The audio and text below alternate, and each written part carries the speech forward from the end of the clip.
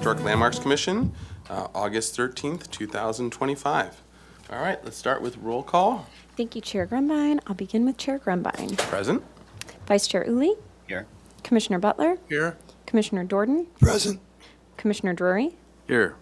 Commissioner Ensberg is not here yet. Commissioner Lenvik. Present. Commissioner Lodge. Here. We have quorum. Thank you. All right, thank you. All right, so let's start with item A, public comment. Any member of the public may address the commission for up to 2 minutes on any subject within our jurisdiction that is not scheduled on this agenda for public discussion. So does anyone want to talk about something that's not on our agenda today? Yeah, it's recording. Okay. That's just the microphones were on. It was just the ceiling one that was off. Okay, gotcha.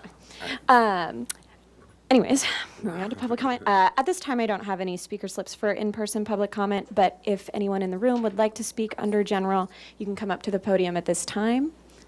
And if anyone in the room would like to speak on any other items, just so you know, the speaker slips are along that wall. You can fill one out and bring one up to me, and I'll call you during that item. I'll move on to virtual participation. If anyone that is present online would like to speak under general, you can raise your hand at this time. And I'm not seeing any raised hands, but I will acknowledge that we received written correspondence from Sharon Hill. All right, thank you. All right, so we'll go on to item B, approval of the minutes of Historic Landmarks Commission meeting of July 30th, 2025. So moved. All right, I heard Vice Chair Uli first. He's You want just to second closer it? to you. Yeah, the sound. Second. All right, second Commissioner Drury. Under discussion, do we have any edits or any adjustments to those Mr. minutes? Chair, Yes, Commissioner Drury. at page 7 of the minutes from July 30th, under the motion, number 4, the planting palette should be P-A-L-E-T-T-E. All right, thank you. Welcome. Noted. And that's it. All Thank you. right, that's pretty good minutes. If that's what we got. Okay, great. So we got a motion and a second. Roll call vote, please. Thank you, Chair Grumbine. I'll begin with Commissioner Butler. Yes. Commissioner Dorden. Yes. Commissioner Drury. Yes. Commissioner Ensberg. Yes. Commissioner Lenvik. Yes. Commissioner Lodge. Yes. Vice Chair Uli. Abstain. And Chair Grumbine. Aye. Motion passes. Thank you. All right, thank you. On to item C, approval of the minutes of Historic Landmarks Commission meeting of July 30th, 2025. So moved. Oh, consent, sorry. I don't know if you said. So Second. moved. All right, motion and a second. Under discussion, was there any questions about it or any other edits? Okay, all right, let's have a roll call vote for it. Thank you. I'll begin with Commissioner Drury. Yes. Commissioner Ensberg. Yes. Commissioner Lenvik. Yes. Commissioner Lodge. Yes. Commissioner Butler. Yes. Commissioner Dorden. Yes. Vice Chair Uli. Abstain. And Chair Grumbine. Aye. Motion passes. Thank you. All right, thank you. On to item D, ratification of action taken on the consent calendar today, August 13th, 2025. Motion to approve. Motion. Second. In second, great, thank you, Commissioner Drury. All right, and to staff for summary. Yes, because I was not present at the consent hearing, I would like to rely on the consent reviewer that was there if you can recall the actions that were taken at that hearing. Yes. I can recall them. So for 112 West Cabrillo Boulevard, the first item, it was scheduled for a courtesy review. Was that continued to HLC or? No, we gave them a courtesy review because they're exempt from us and wished them Godspeed. Okay, thank you. For item number 2, at 340 East Los Olivos Street, it was scheduled for project design approval. It got a project design approval Great, thank you. with findings. Excellent, thank you.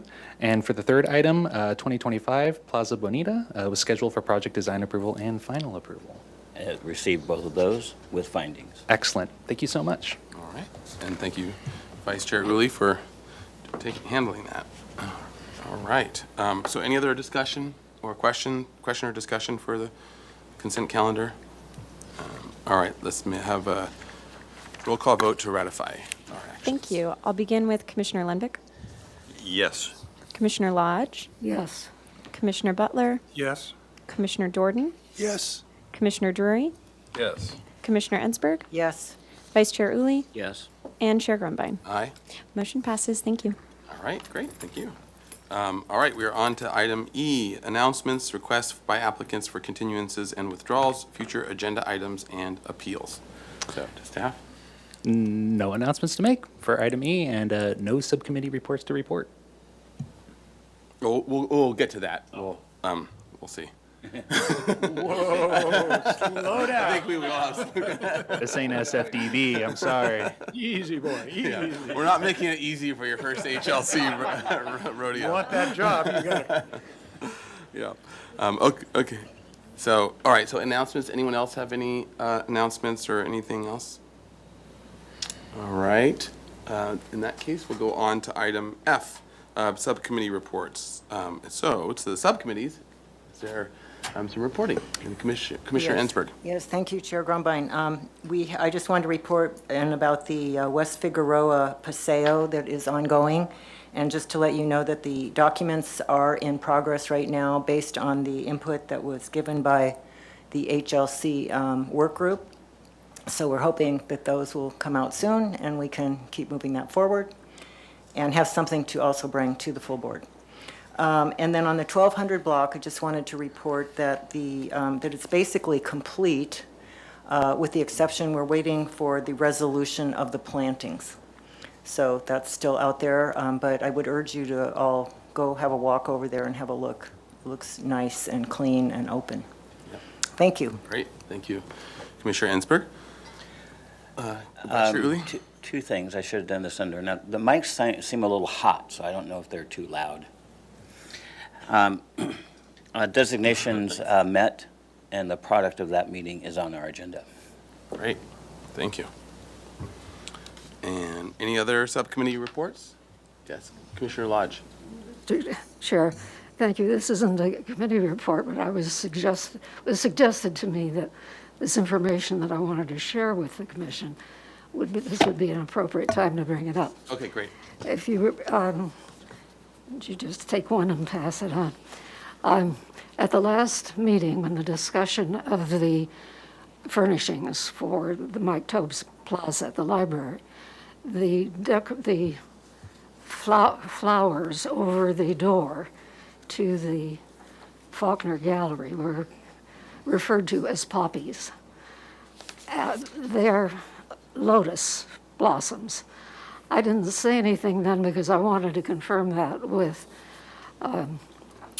Doug Campbell of Campbell & Campbell, who did the design for the handicapped, the ADA ramp in the back of the library, echoing that design in the form of the lotus blossoms. But I just wanted to Great. clarify that. Yeah, thank you, and thank you for your research on that too, and making sure of it.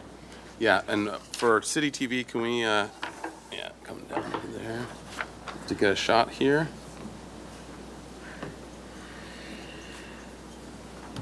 Oh. I think you Yeah. want to cast, hold it up?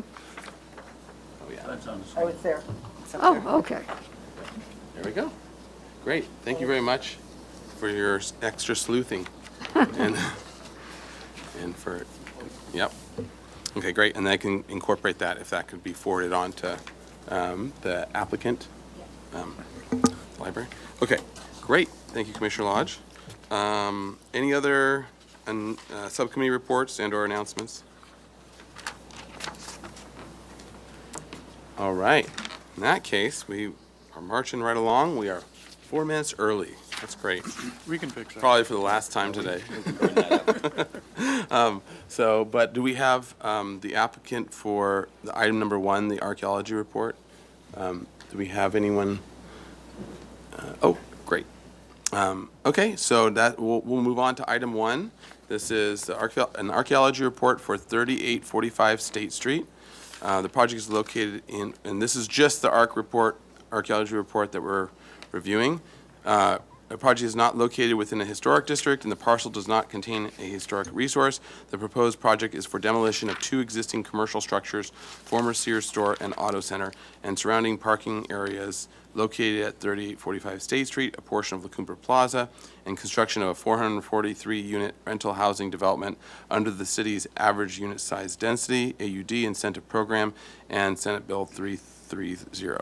A tentative parcel map is proposed to divide the 14.19 net acre legal lot into two parcels, creating a 9.39 net acre site for the new development, while the existing development would remain on the other parcel. The project would include 31 studio, 189 one-bedroom, 200 two-bedroom, and 23 three-bedroom units in two four-story buildings. A total of 477 vehicle parking spaces in combination of surface, tuck-under, and structured parking would be provided, and 443 bicycle parking spaces would be provided.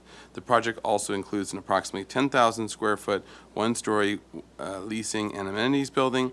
Courtyards and other common outdoor areas provide open yard areas for residents, sidewalks and improvements to existing access points, and a multi-use path along Arroyo Burro Creek on the eastern side of the property are proposed. Site grading in the amount of approximately 46,000 cubic yards of cut and approximately 4,600 cubic yards of fill are proposed. The project is proposed to be constructed in two phases.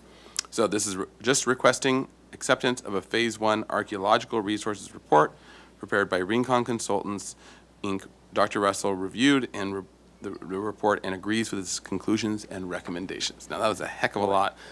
But we're just reviewing the ARC report. Yes. And so if you would, give us a little summary, and then, we can have questions if we like. Yeah. Good afternoon, Chairman. Good afternoon, Commissioners. And if you could introduce yourselves for the record as well. He's about to do that. Ken Victorino, I'm Senior Cultural Resources Manager with Rincon Consultants. A brief summary of, the cultural work that was done for this project. A Phase 1 survey was conducted consistent with, the city's MEA. Included a record search at the Central Coast Information Center at the museum. Despite the developed nature of the property, we did do a survey. In those types of surveys, we look at landscaped areas that do have bare ground surfaces. And while as part of that survey, in a disturbed context in one of the planners with a sign, there were approximately 10 to 12 pieces of shell in a disturbed context. And so as a result of that, since the project property is developed with paving and buildings, our recommendations were fairly standard.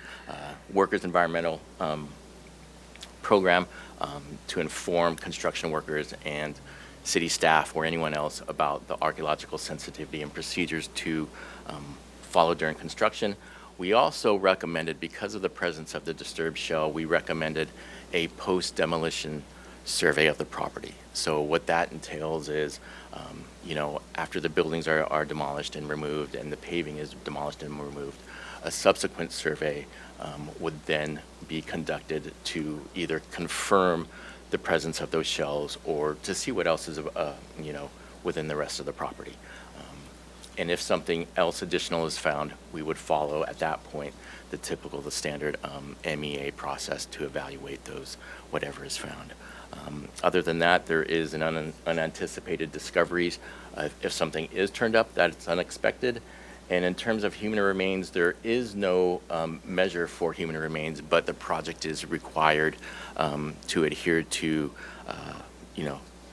Public Resources Code in case human remains are found. So those are existing regulations. It's not a mitigation measure. But that's it, kind of it in a nutshell. All right, thank you. So we'll go now to public comment for the archaeology report, just the archaeology report. And, so let's see if there's anyone that wants to comment on it. Thank you, Chair Grumbine. At this time, I don't have any speaker slips for in-person public comment for this item, though if anyone in the room would like to speak, you can come up to the podium at this time. I'm not seeing any movement, so I'll move on to virtual participation. If either of the virtual participants would like to speak, they can raise their hand at this time. I'm not seeing any raised hands, and we did not receive any written correspondence on this item, so I'm going to give it back to you. All right, great, thank you. All right, to the commission for any questions? Mr. Chair, just one question. The descriptor, the long descriptor, mentions that this is going to be 2 parcels. Would the archaeology report, or did it encompass those both parcels? Did it explore the footing area or whatever we choose to call it? So both parcels as planned were included? So our report encompassed the entire La Cumbre South Homes project. So yes, the demolition of the existing buildings that are there and demolition and, that proposed new building is what was addressed by this project. Okay, thank you. All right, great, thank you. All right, did you want to have a public comment? I'm not a public comment. I am Patsy Price. I'm the case planner. Oh, My name is Patsy Price. Okay. I'm the case planner, so I thought it might help to clarify. The project includes 2 APNs. I believe the study area for the Phase 1 report was the area proposed for development, which was one of those APNs, the southern parcel.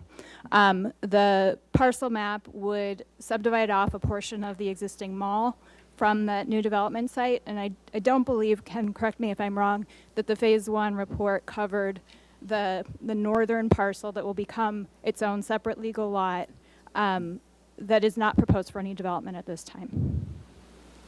Is that correct?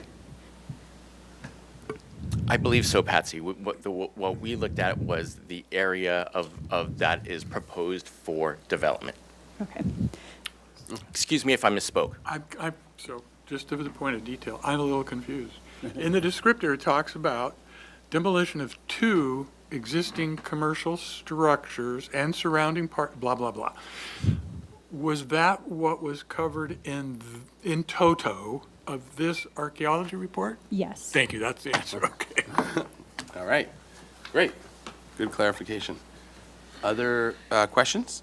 Mr. Chair, Yes, just Commissioner a Drury. question of history. Do you know the history of that parcel before Sears? Briefly, so from what I understand in doing our background research, that parcel was in ag going back to the 1940s. Durbiano Dairy. Yeah. Correct. Yeah. We took field trips there and And waded the- through cow poop. It was most exciting. Thank you. And part of us wanting to do the post-demolition survey is understanding the amount of ag disturbance that has gone on in that area. And since we can't see the ground, that was the recommendation for the post-demolition, is so we can actually get a better understanding of what occurred previously and then, That makes sense. yeah. Thank you. And maybe you'll find Commissioner Drury's shoe that he left as a child. All right. Any other questions? All right. I'll make a motion to accept the Phase 1 ARC Resources Report. Second. All right. I heard Commissioner Butler beat you to it, Commissioner Drury. Sorry. That sound travel thing. All right. We have a motion and a second. Any other comments or discussion? All right. Roll call vote, please. Thank you. I'll begin with Commissioner Jordan. Yes. Commissioner Drury, Yes. Commissioner Ensberg, Yes. Commissioner Lenvik, Yes. Commissioner Lodge, Yes. Commissioner Butler, Yes. Vice Chair Uli, Yes? and Chair Grumbine. Aye. Motion passes. Thank you. All right. Thank you. Thank you. Thank you very much, All right, Chairman. thank you. Thank you very much, Commissioners. Great. We are on still. We're 4 minutes ahead of schedule here. So let's go to our miscellaneous item. This is item number 2, 825 West Pedregosa Street. And this is a request to adopt Resolution 2025-12, designating the Tudor Revival style residence constructed in 1930 a historic structure of merit. So, Ms. Hernandez? Okay, yeah. The PowerPoint real quick. Okay. Sorry. Heidi. Technical intermission time. Okay.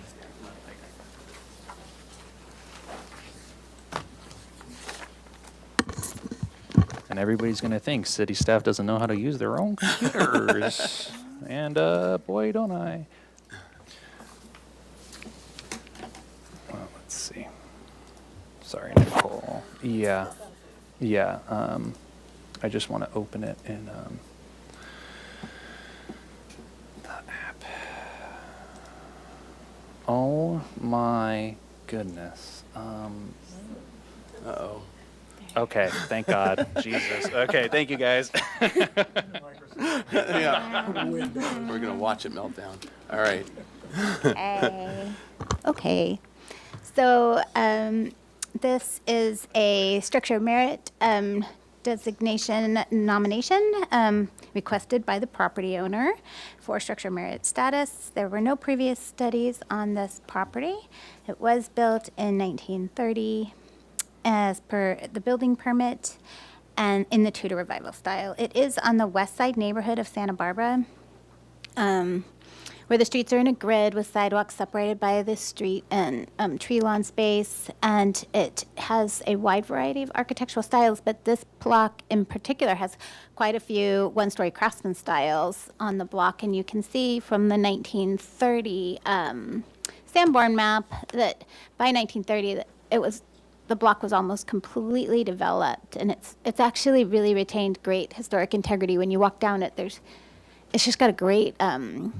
Most of them are all still intact. It's really lovely to see. One of them, I think it's 809, is a designated structure of merit as well, and it's nice. We don't have many historic buildings on this area of town, so it's nice to have them coming forward. The building qualifies under Criterion 3 as a Tudor Revival style and as part of the small house movement of the 1920s. The house represents the distinctive characteristics of the quality of houses designed in the 1920s as part of the Better Homes of America movement. Nationally and locally, our small house design competition of 1924, you can see the picture on the far left is from our 1924 competition of a little Tudor Revival designed house, as well as here in the center is one of the examples that the American Institute of Architects published in their book of how to design high-quality houses. Also, I found this in the Architect and Engineer magazine. This is William Mosier's Tudor Revival style house, and he designed our courthouse. So it was highly promoted to bring high-quality homes to people who couldn't afford architects by supplying them with the ideas and plans. And it is also has the following character-defining features of the Tudor Revival style, including it has the heavy wood plank front door with a small little viewing window in it, recessed into the stucco. It also has this lovely rounded arch leading to the portico, and arched opening and casement windows, as well as a stucco chimney with two little chimney pots on the top, and the simplified barge boards in the steep open gable. So it also retains excellent historic integrity, also of location as setting. I mentioned the streets is mostly intact, as well as retaining all its own character-defining features. Thus, it qualifies as a structure of merit. That concludes my presentation. Great. That completes your presentation. We will go to public comment now. And do we have the owner here as well? She might be online. Okay. I think she was going to try and watch online. She had a great. work conference. All right. And so we'll go to public comment for this item. Anyone wishing to speak on it? Thank you. At this time, I don't have any speaker slips for in-person public comment for this item. I will move to virtual participation, where I do see we have one hand raised, but if anyone else would like to speak, they can raise their hand. So, Catherine Gordon, I'm going to allow you to talk, and you'll have 2 minutes. You should be able to speak now. Hi, everybody. Can you hear me okay? Yes, loud and clear. Great. Well, this is our home, and we're very proud of it. And thank you, Nicole, for all of that research on it. I actually didn't know it was 1930. So that's pretty cool to hear. We love this house, and we really would like to just make it a historic landmark, mainly so that nobody in the future ever tears it down. It's really special to us, and we've put a lot of love and work into this home to modernize it, but also to keep its integrity as a beautiful historic Tudor homes. So I just wanted to be here to speak on that and just share that we're really excited about this if it passes, and we'd like to have this house stay around as long as possible for Santa Barbara. Thank you. Great, thank you. Thank you. At this time, I don't see any further hands raised, and we did not receive any written correspondence for this item, so I'm going to give it back to you. Great. All right, to the commission for any questions. Commissioner I Durden. have a commission for, a question. And actually, also, we should just note, and I think as you're going to be saying comments too, as our historian, architecture historian from the commission, making sure to note that as you're having these comments too. So. Thank you. I have a question. I'm very supportive of this. I didn't want to do this. I just have a question for Nicole Hernandez. Tudor models are included in the small house books, but I'm wondering, are you familiar with any larger discussion of Tudor style and its place in Santa Barbara outside those kinds of style books? Have you come across any larger discussions of Tudor in Santa Barbara in the 20s and 30s?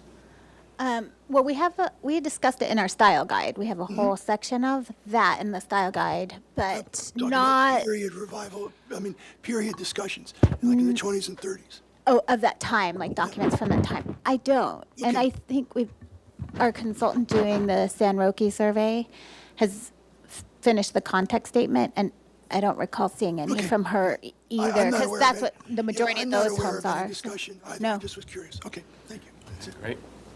Thank you. Any other questions? I don't have any questions, but I'm happy to make a motion. Okay. Go for it. Make a motion to adopt Resolution 2025-12, designating 825 West Pedregosa Street as a structure of merit. Second. Got a motion and second by Commissioner Butler. Under discussion? Any further discussion? All right. We'll have a roll call vote. Wait. Oh, wait, Commissioner Ensberg, go There's for it. two. Thank you, Chair Grumbine. I just wanted to take this moment to say that as we are going through this period right now in our town of so much change and trying to create more density and get more housing, and as I drive around town, I'm just, constantly reminded, I see these little amazing, beautiful, older homes, and I'm just so, especially aware of them lately. And so I just want to appreciate that this one is being recognized, if the board agrees. And to just appreciate all the work, especially of our historian, Nicole Hernandez, and the work of this commission to preserve these really, really important fabric of Santa Barbara. Yeah, that's good. Very good point. Thank you, Commissioner Ensberg. Commissioner Drury seconds your point. All right, great. Any other discussion? All right, roll call vote, please. Thank you. I'll begin with Commissioner Ensberg, Yes. Commissioner Lenvik, Yes. Commissioner Lodge, Yes. Commissioner Butler, Yes. Commissioner Jordan, Yes. Commissioner Drury, Yes. Vice Chair Uli, Yes. and Chair Grumbine. Aye. Motion passes. Thank you. All right, and thank you, Ms. Gordon, for your wonderful care of a great historic structure for our city. And we're very excited to sign this resolution of designation as structure of merit. And then it'll get mailed to you by Nicole Hernandez. So it says, resolution designation as a structure of merit. On August 13th, 2025, the Historic Landmarks Commission officially designated 825 West Pedregosa Street a historic structure of merit based on its architectural and historical importance to the heritage of the city of Santa Barbara. The building is an important contribution to the beauty of our community. And then I will sign this. And you will, yep. And you'll receive a nice resolution in the mail. So thank you for your continued care of this resource. All right. Oh yeah, I should sign the resolution too. Okay, and then we'll, as we get going on this, actually, I'll just sign it here. And our date today is the 13th. Chair Grumbine? Yes. It might be nice to show the resolution in the camera yeah, so that's a people good can idea. see how beautiful they are. Yeah, City TV, can you Zero in. Here's the resolution. Oops, there we go. Great. So thank you very much. Again. Okay. All right. Now we'll go on to item 3, which is, let's see, and we're 3 minutes ahead now, so we're still doing good. All right. So this is for Mills Act contract applications. This is a review of proposed Mills Act program 10-year rehabilitation plans and recommend to the Community Development Director to approve the Mills Act contracts for the properties listed below. The proposed 10-year rehabilitation plans meet the criteria outlined in Municipal Code Section 30.157.145 and have been recommended for HLC review by the HLC Designation Subcommittee at their meeting on August 5th, 2025. All right. So with that, Ms. Hernandez, if you want to maybe give a brief outline of it for people, the Mills Act for people that. Yep. Might And not. then I can, And then go through the presentation. yeah, I was Okay. not going to go into the scopes of work that Okay. deeply because the subcommittee already did Yep. so, but I can roll through the photos for you of what they Perfect. are, and if you have any questions, Okay, great. Thank you. I will just move this really quickly. Okay, so this, you all have heard this, but members of the public might not know. The Mills Act was a state law enacted in 1972 in which owners can receive a property tax reduction for restoring and maintaining their historic properties. This was one of our first Mills Acts ever approved in the city. And it was adopted in 2009, joining 90 other communities in California who adopted the program. And we updated the rules and procedures in 2019. We currently have 83 active Mills Act contracts in the city. And it does fulfill our general plan objective to provide government incentives for historic preservation. And our current rules say that a property cannot exceed 2.5 million for residential, single family, or 3 million commercial and multifamily unless it goes to city council for final approval. And we have a total annual revenue loss of $260,000. And we the city only gets 12% of the property tax. So we have an annual revenue loss per contract at a little over $1,600. An estimated loss to date for the 83 contracts annually is $139,000. So we're still well under our cap. And we have 8 more applications this year with 2 renewals and 1 non-renewal. So that will be our estimated loss annually to the city for these is $152,584. And our subcommittee reviewed the applications and they look to make sure that the scope of work will successfully rehabilitate the building so it'll continue to be a relevant resource to our community. So the first section of applicants we have are under those thresholds, so only need HLC recommendation for approval. And we have 804 Moreno Road. All of these are already designated as required to be in the program. 238 Cannon Drive, which is Spanish Colonial Revival, designed by Leonard Cook. And 615 East Valerio is a craftsman designed in 1925, and 327 West Figueroa is that transitional folk, and part of their scope work is returning the original archway back to as we have photographic evidence of what it looked like, and as well as 1740 Overlook Lane, the George Washington Smith House. So those are that's that section. If you have any specific questions on the scope work, you can let me know, or but everyone from the designation subcommittees here as well. Great. All right. Does that complete your presentation? Yeah, Okay. I think that works with the recommendation of the, Okay, great. unless you want more. All right. Well, why don't we go to public comment at this time? Thank you, Chair Grumbine. At this time, I don't have any speaker slips for in-person public comment. So I will move on to virtual participation. If anyone online would like to speak, you can raise your hand at this time. And I'm not seeing any raised hands, and we did not receive any written correspondence for this item, so I'm going to give it back to you. All right.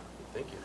All right. To commission for any questions. Mr. Chair? Yes, Commissioner Jarrett. Yes, I live about equidistant from both the Moreno House and Valeria. Is there any restrictions on my voting? How far away are you from doors down? I think it's like a 500-foot radius. 500 feet. Oh, that's fine. That'll work. Thank you.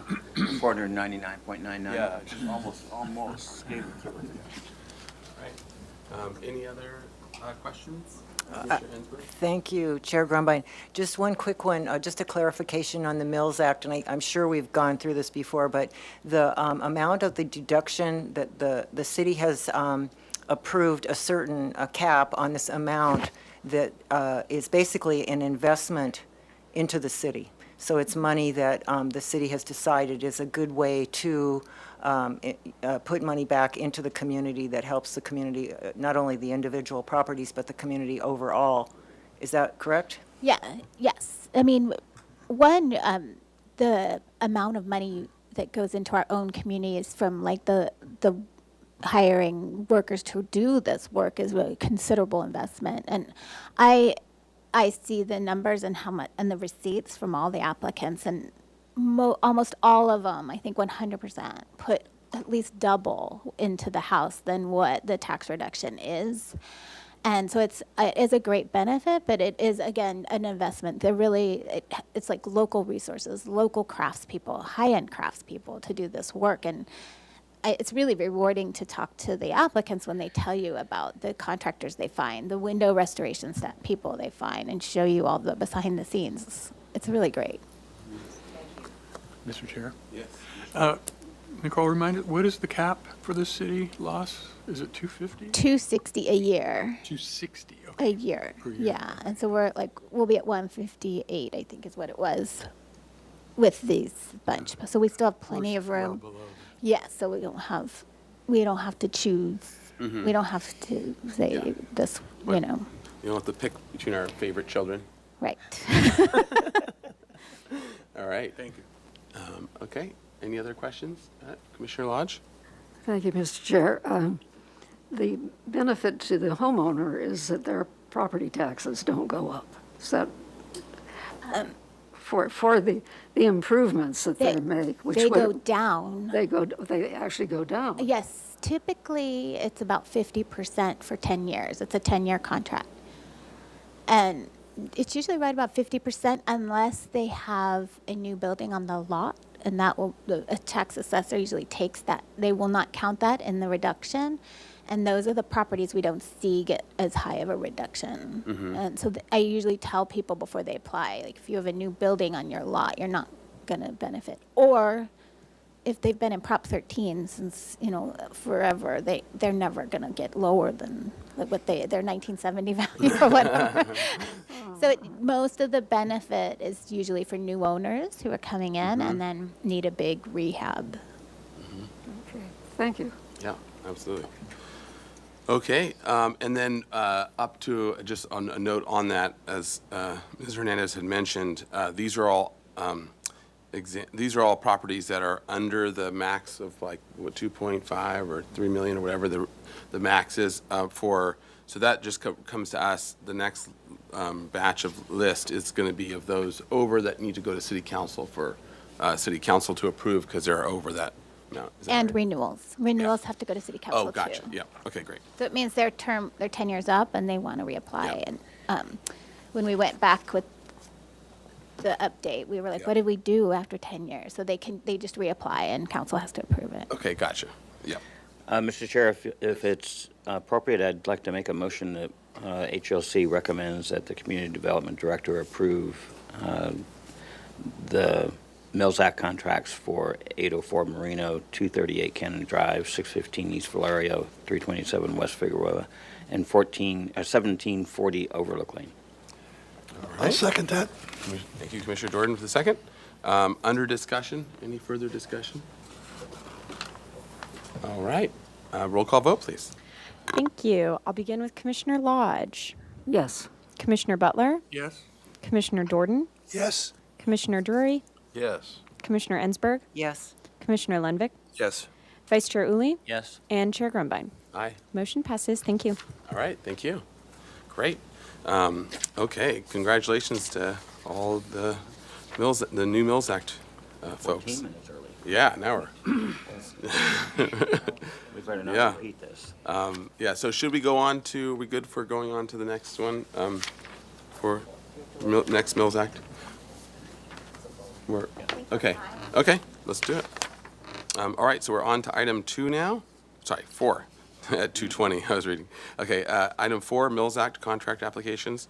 So we are to review of proposed Mills Act program 10-year rehabilitation plans and recommend to City Council to grant an exception to the Mills Act contract limits outlined in Santa Barbara Municipal Code, Section 30.157.145, and recommend that the Community Development Director approve the Mills Act contracts for the properties listed below. The proposed 10-year rehabilitation plans meet the criteria outlined in Municipal Code and have been recommended to HLC review by the HLC Designation Subcommittee in their meeting on August 5th, 2025. All right, and they are 20 East Los Olivos Street. Oh, should we? You can read them and I'll just put the slide. Okay, great. All right, there we go. So 20 East Los Olivos Street, structure of merit, requires exemption from the City Council to exceed property value limit. The next is 18 Calle Alamo, structure of merit, requires exemption from the City Council to exceed property value limit. 234 Cannon Drive, structure of merit, requires exemption from the City Council to exceed property limit. 4, 212 West Valerio Street, structure of merit, requesting renewal of 10-year contract, requires City Council approval of renewal. And then 5 is, the last one is 2012 Anacapa Street, landmark, requesting renewal of a 10-year contract, requires City Council approval of renewal. All right, and That's it. That's it. I mean, if anybody has any questions, I have the scopes of work here, but Yeah. they all seem really. Okay. So I guess if that's it, then we can go to public comment on any of these properties. Thank you. At this time, I don't have any speaker slips for in-person public comment for this item. I will move to virtual participation. If anyone would like to speak, they can raise their hand at this time. Though I'm not seeing any raised hands, and we did not receive any written correspondence for this item either, so I'm going to give it to you. All right, great. All right, so to the commission for any questions about any of these properties, or reports or anything. Anyone have any questions? All right. Okay, well, if there's no questions, this is for recommendation to City Council. It's recommended that the Community Development Director approve the Mills Act contracts for the properties listed below. I think it goes to City Council. Yeah. I think that description is wrong. Okay, I'll move for a recommendation that 20 East Los Olivos, 18 Calle Alamo, 234 Canyon Drive, 212 West Valeria Street, and 2012 Anacapa Street all be referred to the City Council for acceptance, for exceptions to the Mills Act contract amounts. Second. all right. We'll give this side of the table. Vice Chair Uli will give tie to Commissioner Ensberg, so that Thank sounds you. good. So seconded by Commissioner Ensberg. All right, under discussion. Any further discussion? One thing, Chair Grumbine.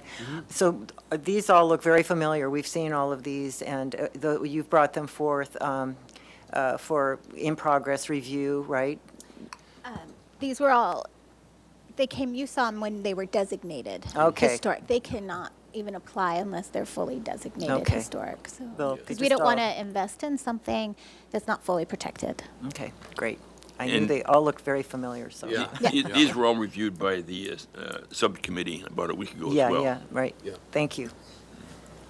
All right, any other discussion? All right, roll call vote, please. Thank you. I'll begin with Commissioner Butler, Yes? Commissioner Lodge, Yes. Commissioner Jordan, Yes. Commissioner Drury, Yes. Commissioner Ensberg, Yes. Commissioner Lenvik, Yes. Vice Chair Uli, Yes. and Chair Grumbine. Aye. Motion passes. Thank you. All right, thank you. All right, and that means that we are now 18 minutes ahead, so we are going too fast, too well. Talk slower. Yeah, that's true. So I guess we have to recess for 3 minutes. Okay, so we'll do a 5-minute recess. Okay, great.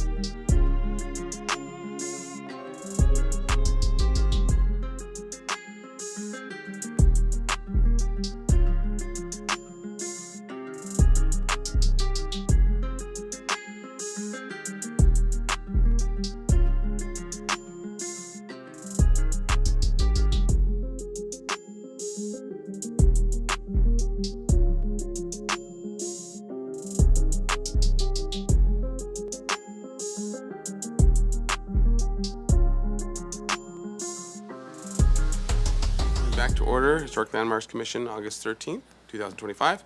All right, we are moving on to item 5, which is a continued item for project design approval and final approval. This is 509 State Street, and it's listed on the Historic Resources Inventory as a contributing historic resource in El Pueblo Viejo, Landmark District 1, Part 1.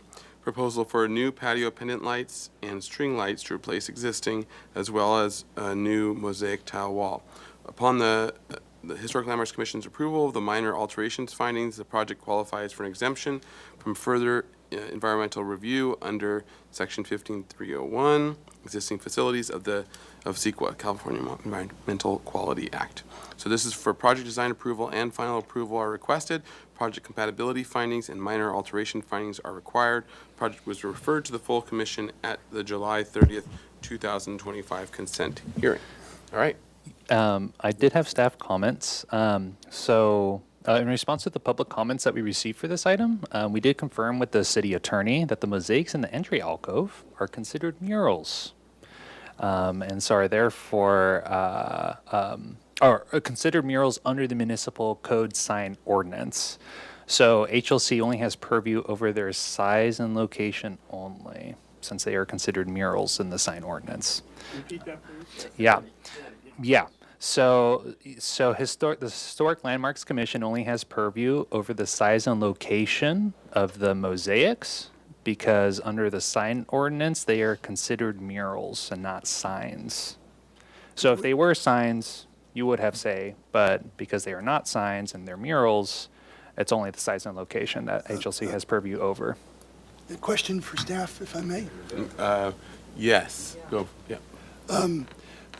The sign ordinance, does the word advertisement appear in the sign ordinance? That is a great question. I would have to look it up myself. Okay. Unfortunately, I'm not an encyclopedia. Okay. All right. So with that, And I do have one little follow-up. I had mentioned this at the consent hearing. I don't know if you saw the historic significance report, but just so you know, like those openings were like glass until 2010. Like in the old first survey in 1978, they're glass. So now they're open loggias, just so you know. That was the major alteration on this You're building. referring to the storefront facing State Street, Yep. correct? Right. Yeah. So they were once closed, now they're open. Just the glass has changed. gotcha. All right. One more question for staff. I noticed that there's a stop work notice posted on the building. Does that affect our discussion or decision-making? Is that totally separate matter? Okay. I'm unsure about the status of the stop work order. It's there and it's dated the 7th of August. So I'm unsure exactly what those violations prelude to for that specific stop work order. I'm not sure if it's related to the current project or not. Nothing in the scope suggests that it's for amending or what's the word? Ameliorating. Mitigating, thank you, a code compliance case. But all that to say, I would just focus on the work that's presented before the commission today for your comments and approvals. Thank you. Thank you. Great. All right. One other question on the, thank you, Ensberg. on the opening for Ms. Hernandez. So was the center one a door, and then on either side it was glass, so the whole thing was enclosed before? Yeah. I think there's a picture in the, Yeah, we're seeing it on our screen. Yeah, they're seeing the plans on their screens. they're not on the plans, they're on the significance report, which is attached to the agenda. Where are you seeing this? So usually attached to your agenda says historic significance. Like it's And then do we have there. anyone- So I think if you scroll down, I put a picture of it from From back in the day. there. Oh, okay. That's when it was Okay. Casablanca, yeah, when the restaurant was there. So you see how it had the glass transom Yeah, and door got it. and Okay, windows. thank you. Yeah. I remember it well. I was there 1,000 times. All right. And do we have applicant here? Okay, I'm not, all right. Hi. Good. All right. sure your light is. Oh, here, yeah, if you want to mic it, there we go. There we go. There, live. I'm green. That's great. Excellent. All right, if you would introduce yourself. I Yeah. certainly will. My name is Linda Osmondson, and I am the Senior Manager of Development for Ghirardelli Chocolate. All right, great. And then, so how do you want to present your drawings real fast and just kind of go? I think most of us know most of what it is, but just to kind of Yeah. confirm what the project is and pointing out the different things, on the screen. Let's see if I can go I down. think that's also a touch screen, so. Oh, that's right. I was here a couple weeks ago, and they reminded me of that. Okay, so as described, we are looking to replace the existing decorative pendants that are hanging and these string lights.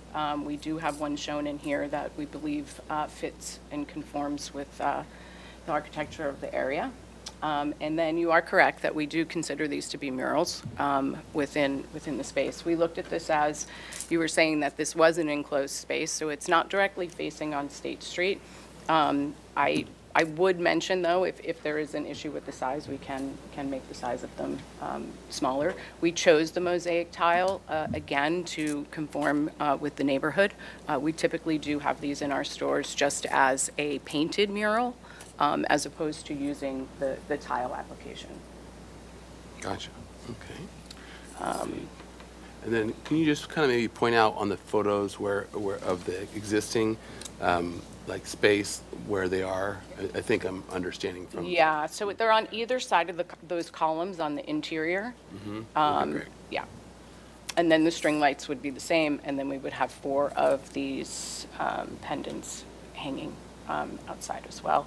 And I did confirm the color temperature would conform. Okay, great. And then can you zoom into your string lights there, maybe your specs? Yes, let me see, do we have it down? I think it's on the, Yes. oh, there we go. Yes, Yeah. yes. All right. Okay, is there anything else? Or does that kind of cover it? Maybe scroll through the rest of your. Yeah, that was it. your We package. just were showing the bulbs that were going to be in there, again, conforming to the color temperatures for the neighborhood. Great. And, you know, we look at this space as a place for guests, you know, to revive and relax and enjoy what we have to offer, our sundaes and squares, as we say, chocolate squares and ice cream sundaes. And we want it in a welcoming, you know, vibrant area for them. Great. And then maybe, well, we'll go to public comment and then come back to the commission for questions and stuff. Sure. Okay, is that completes your presentation? Yes. Okay. We are not putting as you see on the left, the gates that were there, the iron gates that were in front of the doors and the arches, we are not intending to put those back. Okay. Great. Okay, so that completes your presentation. We'll go to public comment. Anyone in the room wishing to comment on this item? Thank you, Chair Grumbine. At this time, I don't have any speaker slips for in-person public comment for this item.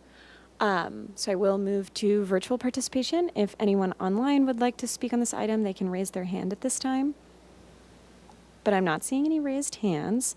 I will acknowledge that we did receive written correspondence from Steve Howes and give it back to you. All right, thank you. All right, to the commission for questions? Mr. Chair? Yes, Commissioner Durr. Yes, did you mention ice cream sundaes? Yes. Okay. No, I just wanted to make sure that there was a. Do you have a sample? I know. Yeah. Ghirardelli is good chocolate. Yes, it is. It is. Bribery. Yes, yeah, that's It right. is. Open bribery. Representative of the Ghirardelli Chocolate Company. Yes, in San Francisco. Thank you very much. Which, yes. All right, other questions? Mr. Chair. Yes, Commissioner Butler. So the proposed mosaics, Yes. as I understand it, please correct me, because it was a little difficult to understand. Sure.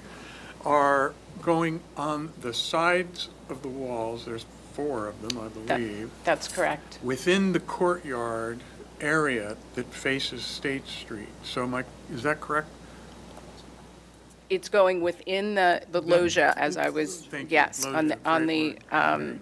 So my on question, the interior, yes. are those visible from State Street, either, well, that's my question. I would say that they're somewhat visible in passing as you're walking by. So I basically would, to that, if you can zoom in maybe on that bottom corner picture. So it looks like you're the farther left, yeah. So that's like the most experience of them that you see where they're on angle, looking at one wall, and then when you're walking the other way, looking at the other wall. Yeah. That's sort of the most that you see of them. yes, you wouldn't get a full depiction of them walking by. Thank you. All right, other questions? I had a question.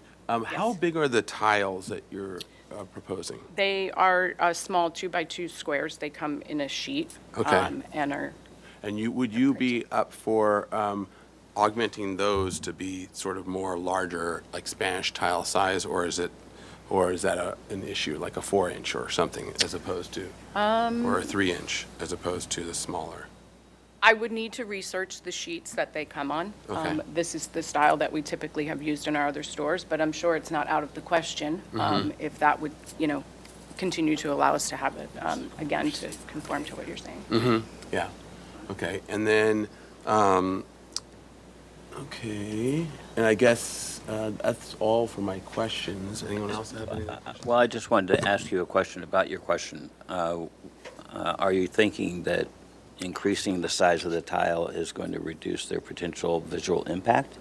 I think that it'll just be a more Spanish-like tile as opposed to something that seems like more. Bathroom tile. Yeah, exactly. Yeah. Sorry. Nope, it's perfectly acceptable for you to say that. Understood, yeah. All right.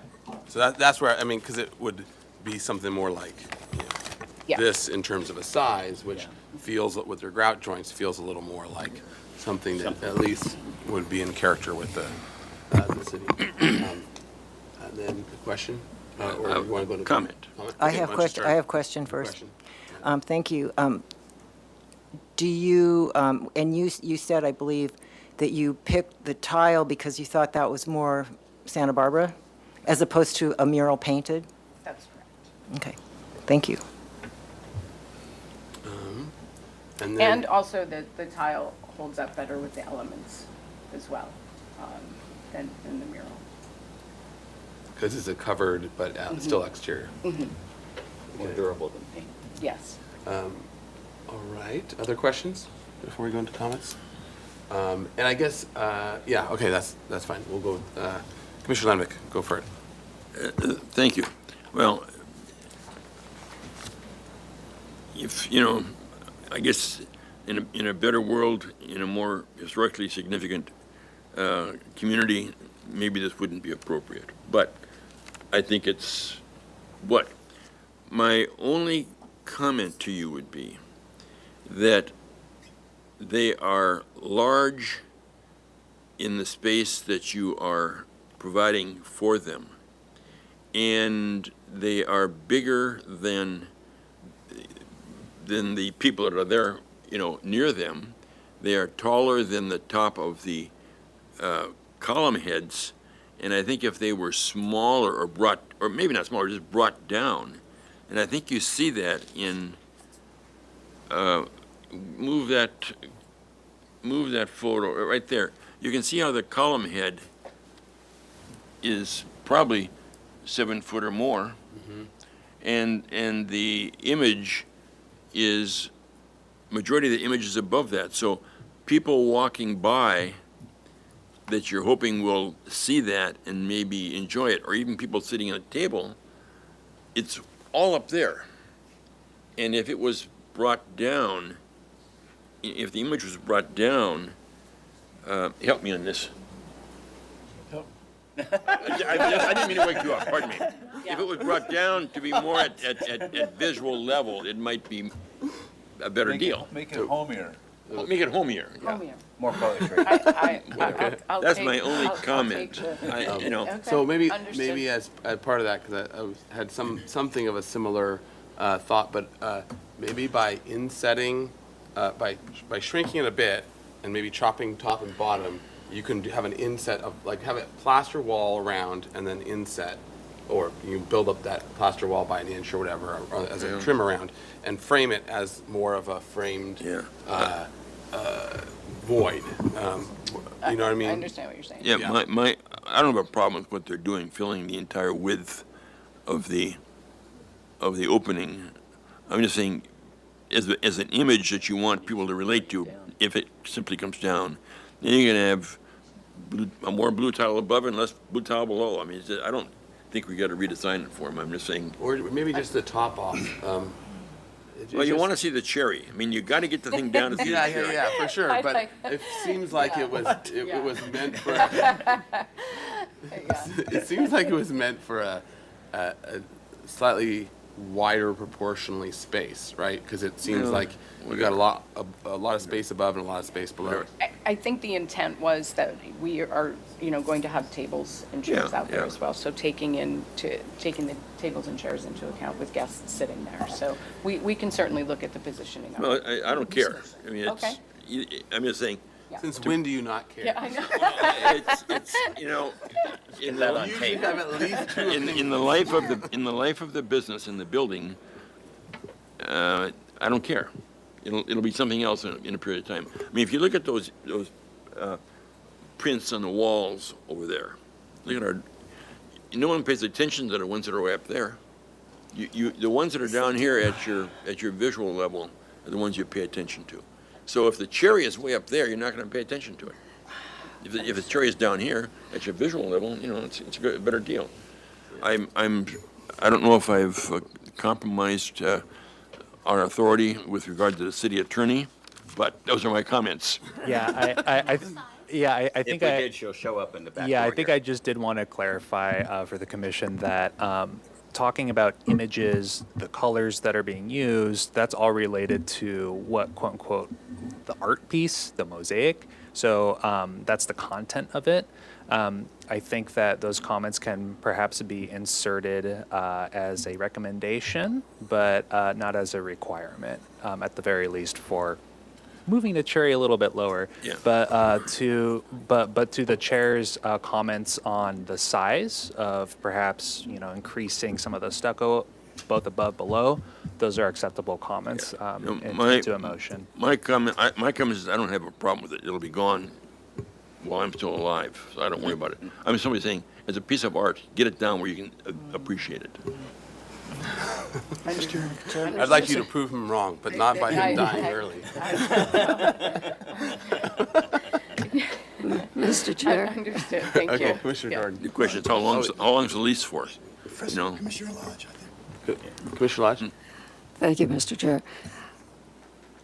A couple of meetings ago, Sherry Ray was here in general comment. She's the author of a full-length biography of Pearl Chase, and she came to tell us that Pearl Chase is not responsible for Santa Barbara's iconic architecture. It was Bernard Hoffman. And I was very happy to hear her say that, because I've been trying to tell her, no, it's not Pearl, it's Bernard.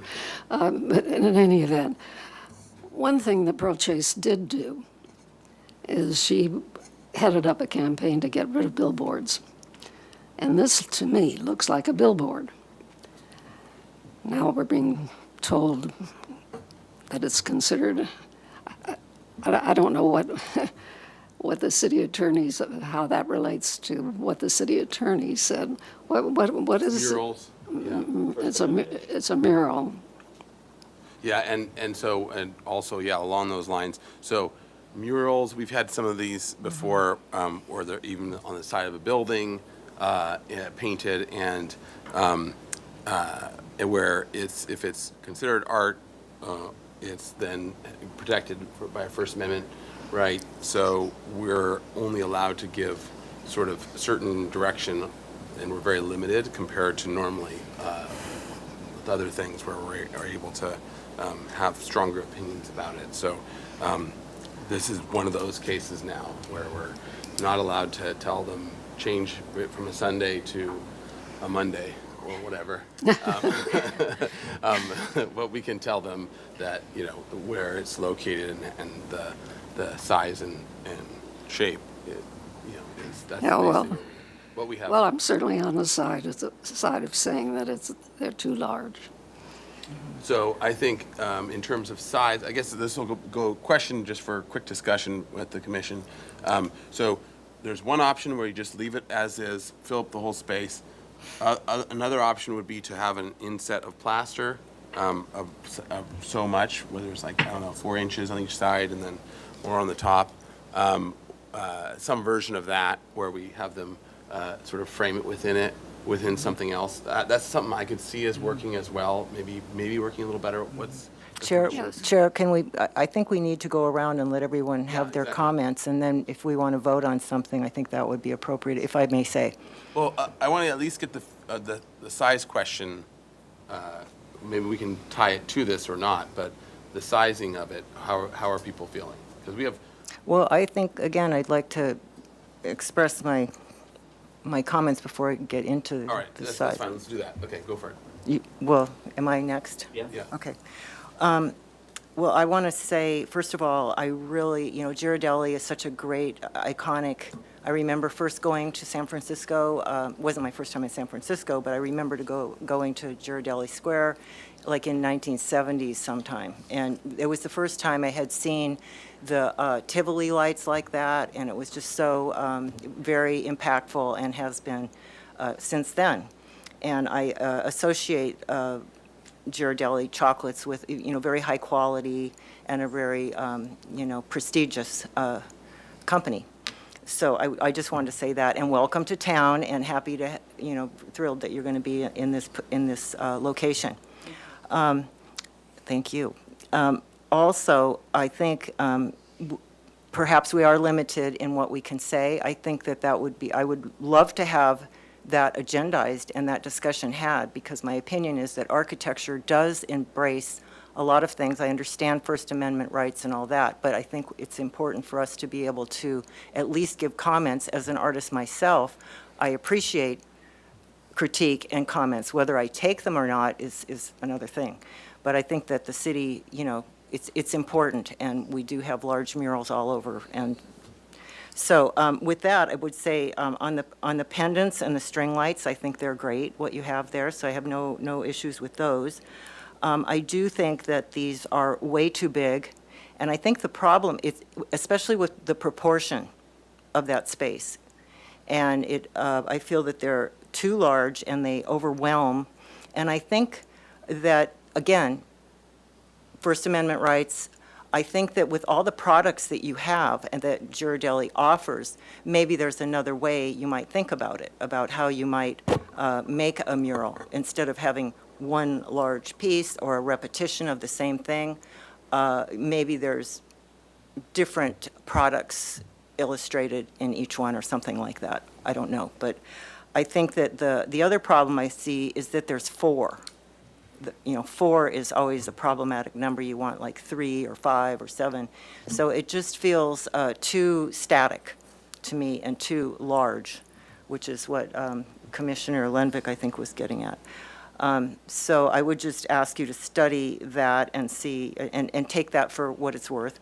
And that I actually think a painted mural would be more interesting. There's the painted hand and how beautiful that could be. I kind of lean toward that more than tile, like, an Italian mural. Yeah. So and I think since it is in a cover, we have lots of painted murals around town that are, in very good condition, and they do really well. So I don't think I would worry about the durability of it within this covered space. So those are my comments. Okay. Thank you. Commissioner Doran? I have several comments. And this is an interesting project. It brings up some interesting issues, one of which is, when does a mosaic or a mural become a sign? And I think that there is I think we can make a distinction between a mural or a mosaic and a sign, and I think that distinction is when it becomes an advertisement. The murals in this town tend to promote certain ideals or to celebrate a sense of of place. This is about a product. But I also understand that the city attorney doesn't agree with me, thinks this is a sign. So let me move on to the next issue, which is, and it goes with the issue of size. For me, these read in artistic terms as an example of pop art from their overscaled giant quality of them. And I think that scaling them down in size, but let me back up. Pop art is not part of the Santa Barbara Spanish colonial revival aesthetic. I also think that the 2-inch tiles, if you walk around, there are beautiful examples of tile work in this town, but none of them are bathroom tiles. So I think scaling these down in size along the lines of what Commissioner Lenvik had raised, but also rethinking the size of the individual tessera themselves in this mosaic would help bring it in line with the Spanish colonial artistic sensibility of murals and mosaics in this town, even though I think it's a sign. But the city attorney says it's a mural, so that's what we're dealing with. So those are my comments. All right, go ahead, Commissioner Butler. I would first want to emphasize what my colleague Ms. Emberg said. I lived in San Francisco for decades, and Ghirardelli is a very strong and wonderful brand and great product line. So Thank you. Recognize Thank that. you. So just three things. We have the string lights, the tiles, and the pendants. I thought the pendants were nice. I really you. felt the applicability it fit in with, this is a very historic building, right on the 500 block of State Street. And so pendants, I thought, were an excellent choice. The string lights, not needed. I would not support the string lights. I would not support the tiles. And there's two issues. What did we say? Size and location. The fact that they are visible from passerbys on the sidewalk, even though they're recessed inside, and I understand the argument, advertisement, et cetera, these are product images. And as an old marketing guy, that's an ad. So, but as a city attorney.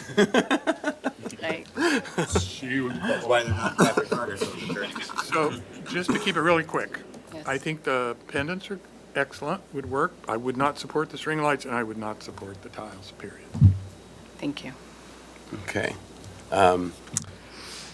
But. The mosaics, sorry. Well, Let me add to that point. Well, you're talking about putting tiles on the walls of a historic building. So that's a very permanent adjustment or addition to a historic structure. So I have concerns about that too. So that just adds to my concern about the location and the size and the material that we're talking about here, okay? That's all. Okay, so, and I guess staff maybe on this one as well, or as on this one, because part of it is, okay, so I could say, like, if we want to play devil's advocate, like, okay, we have control of size and location, so we want the whole mural to be 2 inches by 2 inches, and we want it located, on the ceiling or something like that. So Behind the door. To be, or behind the door, something crazy and extreme. So what is an appropriate adjustment of size and location? Yeah, that's a great question. I would think of it like, imagine if one of these canvases on the wall, somebody said, "This is my art piece." The size and location would be, you can locate the canvas wherever else you want. The size, you could shrink it down in terms proportionally. The image might stay the same. Or you can make it bigger, the image would stay the same. So it's just making sure that the content that's on the canvas is not changing. So the size and the location, those are kind of the parameters as I understand it.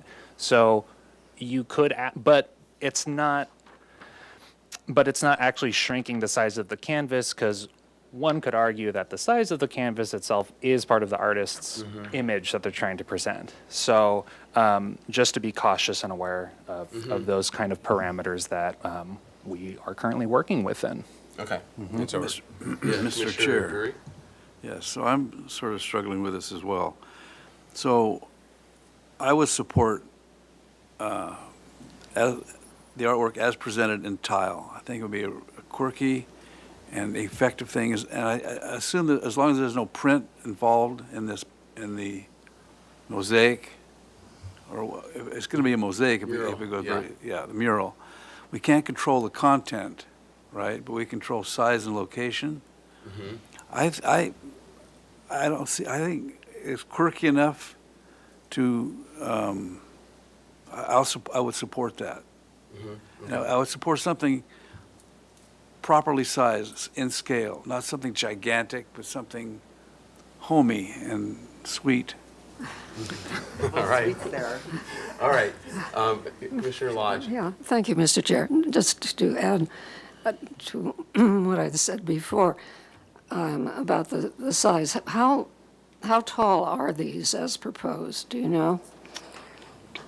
12 feet at least. I don't think they're about 12 feet because the whole wall is 13. so- 12 feet? No, the whole You mean wall the whole is- blue, everything The blue? blue everything is yeah, it's 13. Oh, It's 13. okay. The whole wall itself So is those 13. Sundays are Yeah. probably around 6 There you feet. go, 13, it's 13.9 to the deck, so if you take off the beam, it's about, you're probably 13, 12, within the 12.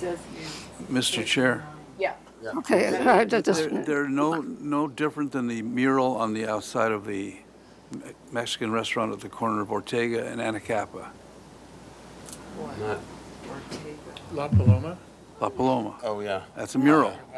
Go ahead. Oh, yeah, yeah. It's a I'm just full- trying to it's a- figure yeah, out what it and- is. The Leo Cabrillo. That's what I'm talking about. Yeah. Yeah. But I mean, there's no difference in terms of the idea of the product. It's a mural on a wall.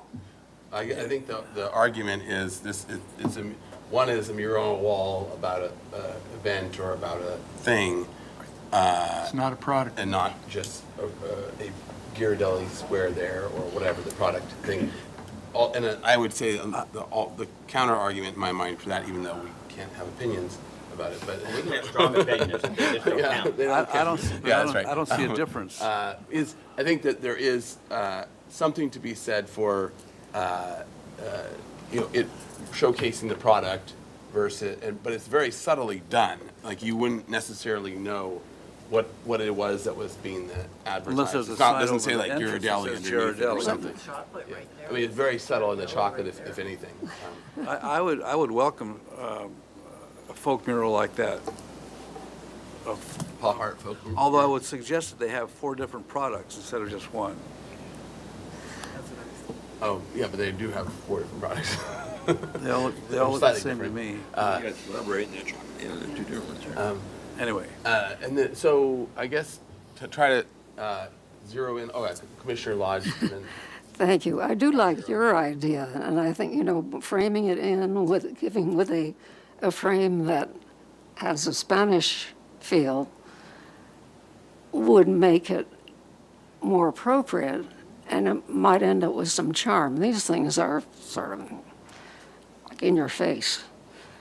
And- so and I guess to the applicant as well, is shrinking it and insetting it in plaster, and is that seeming to you all to be a direction that you might be interested in going, up for going to? I'm certain we could entertain it, that and/or your recommendation of a larger tile, whichever would be feasible. Or but both? Or both. Yeah, I don't think we would be opposed to scaling them down. Making sort as of a long as niche they're- out of them? Yeah, and potentially a niche. I hear what you're saying as well. Again, to tie Okay. into, I think, One more thought as well, actually, it kind of ties to Commissioner Lenvick's.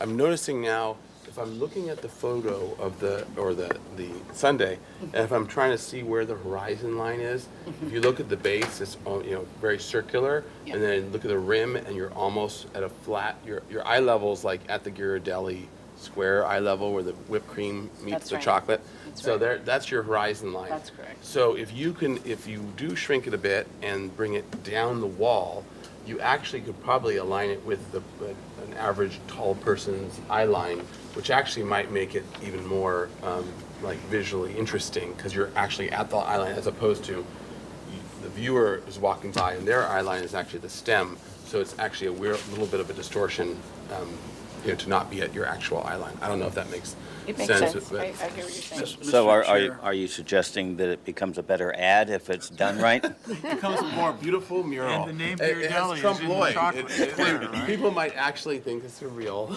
giant It is a stamped square. Thank you. Mr. Chair, Yeah, Commissioner Drury. in my 50 years on the commission, this is the first time I've heard the term ice cream meets the chocolate. It's a historic moment. Whipped cream meets the chocolate. Where the whipped cream meets the chocolate. with That's the your cherry on horizon top. line. Yeah, the horizon. I thank you for that. It's making history. We are making history. And then it'll be so good that they'll leave it on there for another 50 years, and then they will be designated by, the next HLC as a historic mosaic. So, Mr. Chair, All right, Vice Chair. my comments are, it doesn't read like a mosaic. Typically a mosaic is either small tiles, as these are, or chunked tiles that are put together in a random way that make an image. This seems to have too much repetitive pattern structure to it. So I don't know if the grout color for it matches the blue tile color so that you don't read them as squares. So it doesn't read right Yeah, to so, me. well, to your point about mosaics, yeah, so it's like typically with an actual mosaic, it's not normally tile, it's more, it's either like stone or something else Yeah. that you're doing with a non-existent grout joint. Yep. And this is more of like a tile work image, piece of art.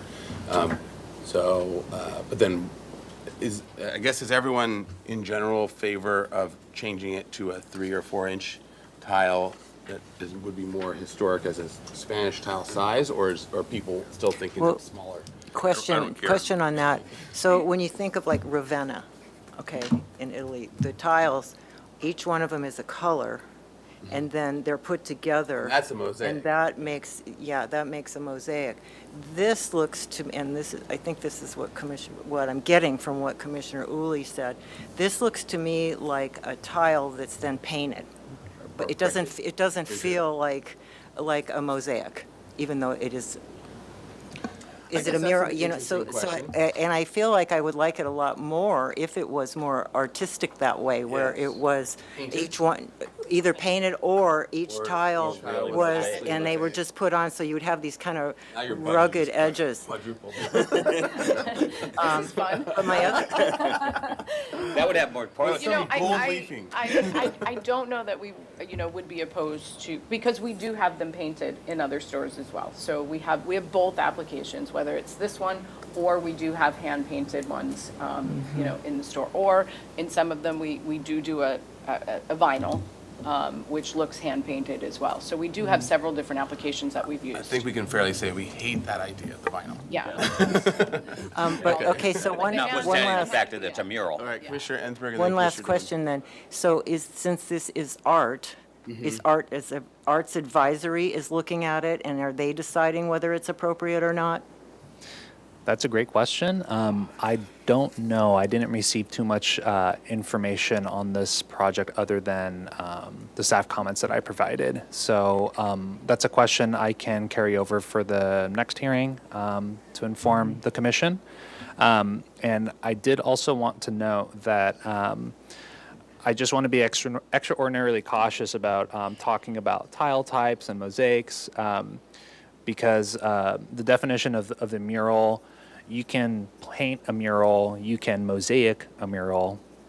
There's different forms of representing art, and that can be included in the kind of tile that is picked. So I did just want to clarify that if the commission is discussing different tile types, that it would be included in the motion only as a recommendation, and it would not be grounds for a denial. Noted. Thank you. So a question on that is if someone, so here at HLC, we have these rules about like plastic, for example, and we're not supposed to have any plastic. So if they came in and somebody was coming in and they were going to do this art piece and it was completely all 100% plastic, and they're going to put it on the front of the building or something, we would have no say about it? That's a great, interesting scenario, and luckily that's not what's being presented here. And I think it's a question that would have to be answered in email and specifically discuss that kind of project proposal. So all that to say, I can't provide any feedback to that. It's a little bit Okay. beyond me, but it's a great question. I understand exactly what you're saying. Okay, so. Thank you. So to the How are commi- we gonna get Yeah, how are we past gonna get past this? Yeah, so I think what we need to do is first, we have some recommendations, and then we're gonna have some actual things that we can give, what's it called, direction to. So we'll have direction and we'll have recommendations. Commissioner Jordan? Very, very quickly, what I'm looking at is a wall elevation, which is an architectural element, which belongs under the purview of the HLC. If the question about does it go to an art commission? This is an architectural element. It's the wall elevation. My other comment is, to my mind, it is not sympathetic to the Spanish colonial revival. I've seen projects by Jeff Shelton get a rough treatment here because they weren't SCR enough, and this is not. So my recommendation would be to offer recommendations for them to come back to us. They've heard our concerns. They're the professionals. Let's make some recommendations, let them study it, and see what comes back to us. But I cannot, at this moment, if it was just a straight up and down vote, I would not vote to approve this, because it's not an architectural element in keeping with the Spanish colonial revival. Okay. All right, so first let's talk, okay, so I think that may be where we go with it, but I want to see if we can get some more specification, and then we can categorize them, whether they're recommendations or whether they're direction, so that we're clear on what we can give to what. Okay, so first, the question of, do people feel comfortable or not with giving a recommendation of tile size being different, or tile size or mosaic as a this is only recommendation, but as a mosaic, turning it to a stone mosaic or something else that doesn't have all the grout lines, as a recommendation? Or are people, as a recommendation, still fine with what a 2-inch by 2-inch tile and as this is presented? So that's first just a question of like tile size and or tile versus mosaic versus mural painting, in terms of a recommendation, not as a requirement. So thoughts on that? To help the applicant, I want to be careful about not giving them recommendations that say, you can only consider this. In other words, I would want recommendations that say, we'd like to consider alternatives or allow you to consider. I don't want to say it has to be 4 inches. Because that ties their hands, and that's not fair. Yeah, so we can recommend to study something because the 2 inches and it doesn't feel appropriate, and then. To the style. To the style. All right, so how are people feeling on that? Does anyone, first of all, does anyone like the 2-inch and want to recommend it? It's totally fine. I don't think it makes any difference what size the tile is. This thing should not rise and fall on 2-inch It's versus not 4. going to rise and fall at all on that. Yeah, Because it's a recommendation. I think we're way off in left field talking about tile size. Way off in left field. That doesn't make it, a smaller tile doesn't make that better or worse. As a Santa Barbara architect, I'm extremely offended by that comment. You're offended? Yeah. Because I have opinions about the tile. Of course we do. Mr. Chair. Okay, so, but Mr. that's Chair. fine if you're fine with it. Okay, I'm fine with tile, I'm fine with little tile, big tile, I'm fine with hand painted, but I want to see something homemade. I don't want to see a production.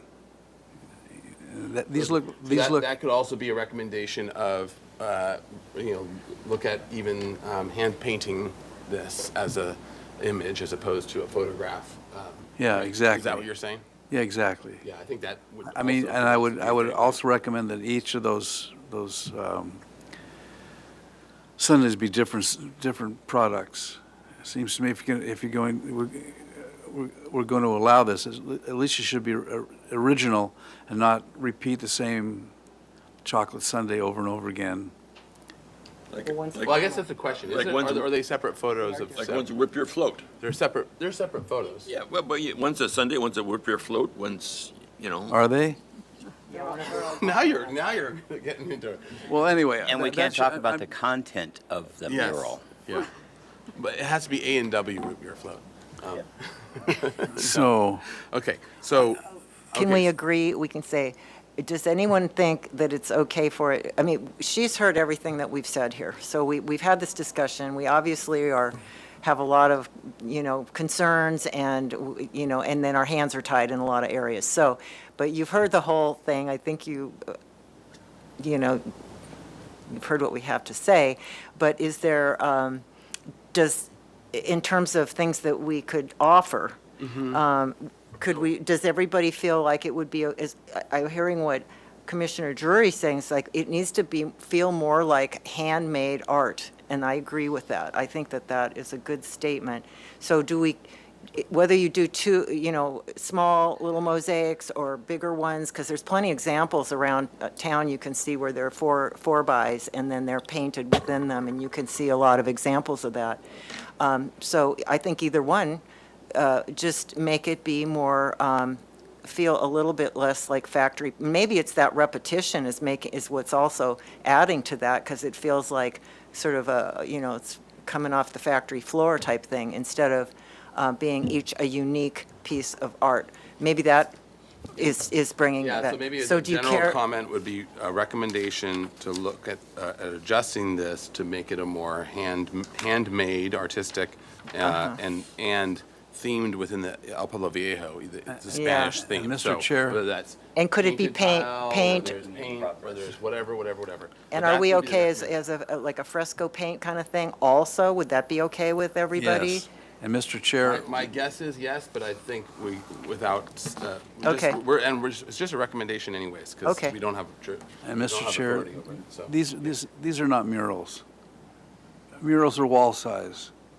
These are 4 individual lunettes, let's say, but they're not murals. Let's forget the mural business.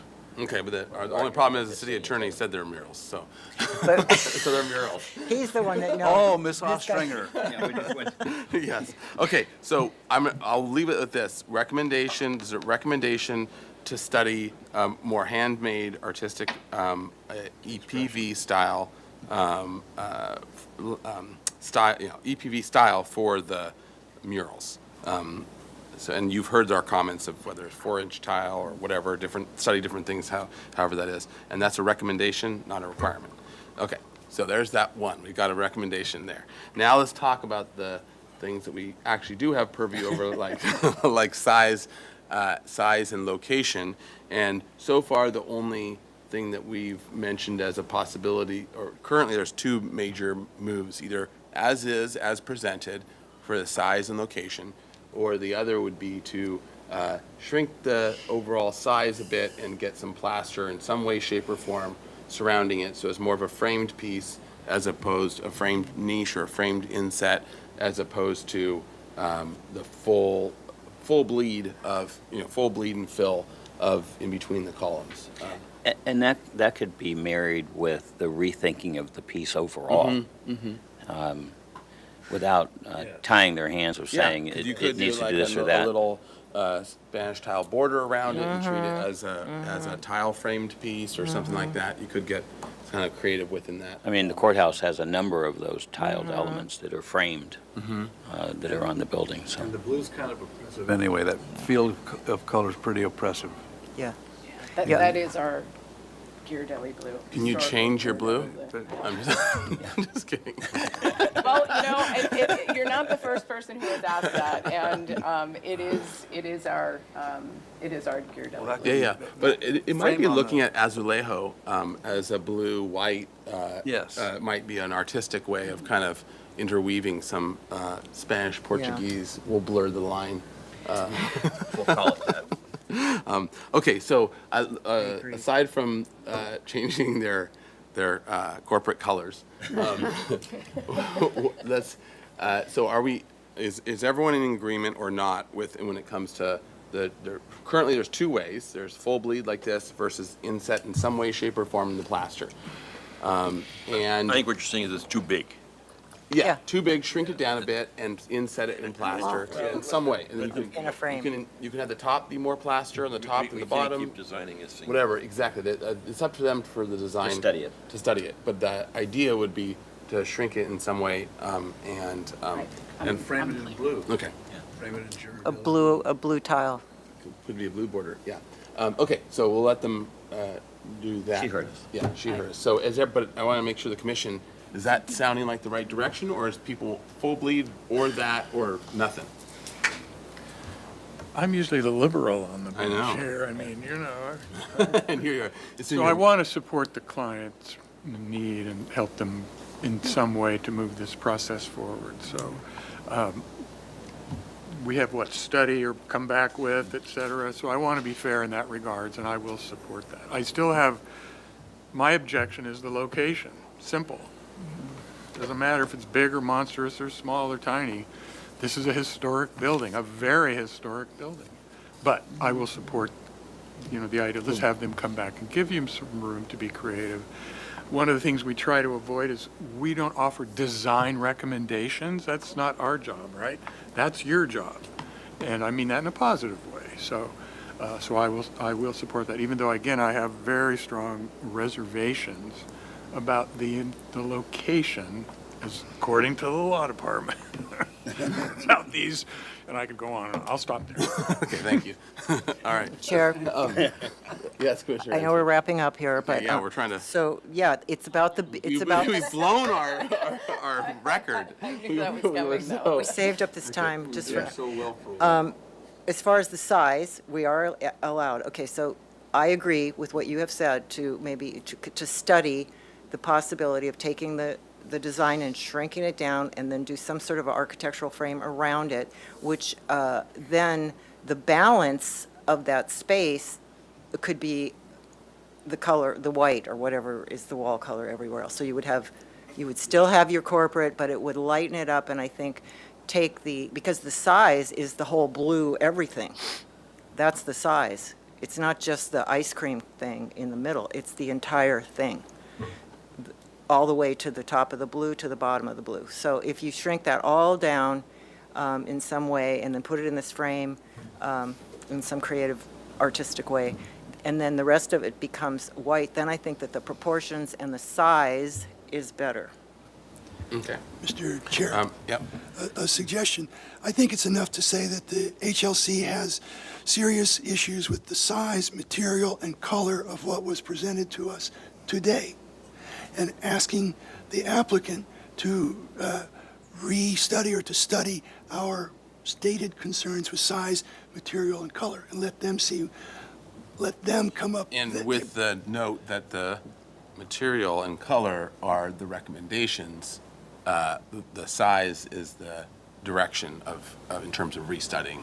Okay, that's fine. That. But Okay. I mean, Because I do want to separate them. but it's not our, I don't want us to redesign Yeah. for them. I want us to say, we have issues with size, material, and color. Yeah, and we understand that the size aspects is the area that we actually have purview over. So with that. Could I make a motion just to get us Yes, off please. this thing? Yes, please. Yeah. Okay. That we continue the matter indefinitely and ask the applicant to consider our recommendations and take our direction to reduce the size of the mural. Second. Good. All right, we've got a second by Commissioner Drury. To the applicant, is that clear, or is there any more clarity that you want on? I do just want the clear, so I have to come back before you again and re-present it? Okay. But bring chocolate. Yeah. That could sweeten the deal. And that does not guarantee an approval. The city attorney would like to know. We have steered away from the Constitutional Amendment 1. Yes, we have. That's very important. Yeah. All right, is there any other clarifications that you need from us? I think. We didn't weigh in on the lighting.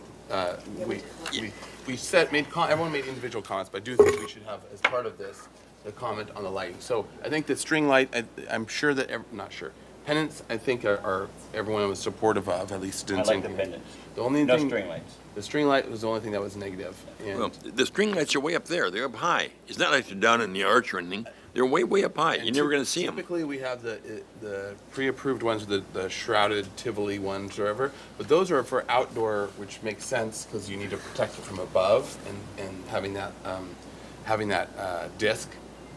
So in my mind, I think the disc is not needed, and I agree with Commissioner Lendick in terms of having it up high. And you're just going to see what you basically would see on the other things that we've approved, which are string lights, bulbs, and then, but you're just not going to have a black shroud, but it doesn't make sense. 'Cause I don't have a problem with it. Yeah, I would support the I'll lights. add that to my motion. I would support the lights as presented, yeah. Okay, so we got the motioner and the seconder both. Where are we at then with this, where are we at with it? Can we take a straw poll vote on the string lights? Santa Barbara needs more string lights downtown, not less. Well, let's get it, we got the motion in second, let's discuss it within terms of that, and then people can vote, so, as how they want. So, under discussion now, can we have a straw vote of who is in support of the string lights? Well, So. I'm in support of string As lights. proposed. I will. As Yeah. proposed.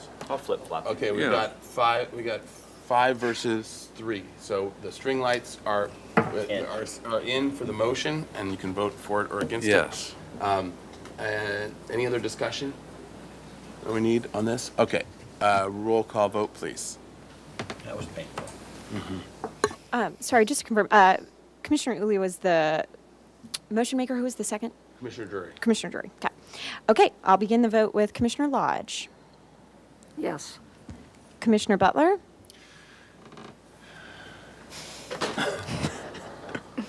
Yes. Commissioner Jordan? Yes. Commissioner Drury? Yes. Commissioner Ensberg? Yes. Commissioner Lenvick? Yes. Vice Chair Uli? Yes. And Chair Grumbine? Aye. I mean, it's just a Motion continuance after all. Yeah. Well, this one we'll get a Sunday. But it did, so. Okay, thank you very much. I'm sorry for this Welcome to Santa painful Barbara. experience. Yeah. Has been quite a welcome. I'm sure you clean up after you throw up outside. All right. Thank you. Thank you. Okay, now we are officially behind. But we have one only last item. Come true. Yeah, exactly.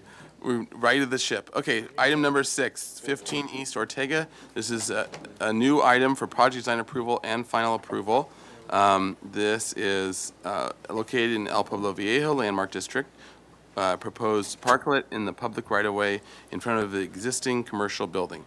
Project design approval and final approval are requested. Project compatibility findings are required. All right, so with that, welcome. Welcome. If you can state your name for the record, and then you'll have, shouldn't take 15 minutes to go through your presentation, but you have up to 15 minutes. I'll go as fast as possible for you. Patrick Hausch with Paul Pori and Associates Architects. Okay. So what we're doing here is there's an existing parklet, has metal siding on it, has a trellis structure over it. So what we've looked at doing is just simplifying it, bring some natural materials in. So we're looking at wood siding on the side of the parklet, a simple canvas umbrella. For the wood siding, we're proposing doing a brown stain on it, like a finishing brown. Pardon my interruption. Can you just make sure that your microphone is on? Oh, yeah, can you press it? There you go. Thank you. Oh, you can let it go. You can let it go. Yeah. Yeah, so what we're looking at is for the wood siding, put a brown stain on it, make it blend in a little better, just kind of soften the parklet. The umbrella is an approved fabric awning color, and that's really what we're looking at doing with this. It's just really softening it, bringing a lot more just natural elements into it. All right. And do you want to just scroll through your drawings real quick? Yeah, just for a moment. It's touchscreen and the mouse also works. Okay. Here are photos of the existing parklet. You can see the metal siding, you can see the roof structure, which we, agreed will be replaced. The proposed wood stain color. That will also be for any of the built-in seating, the tables that are inside the parklet.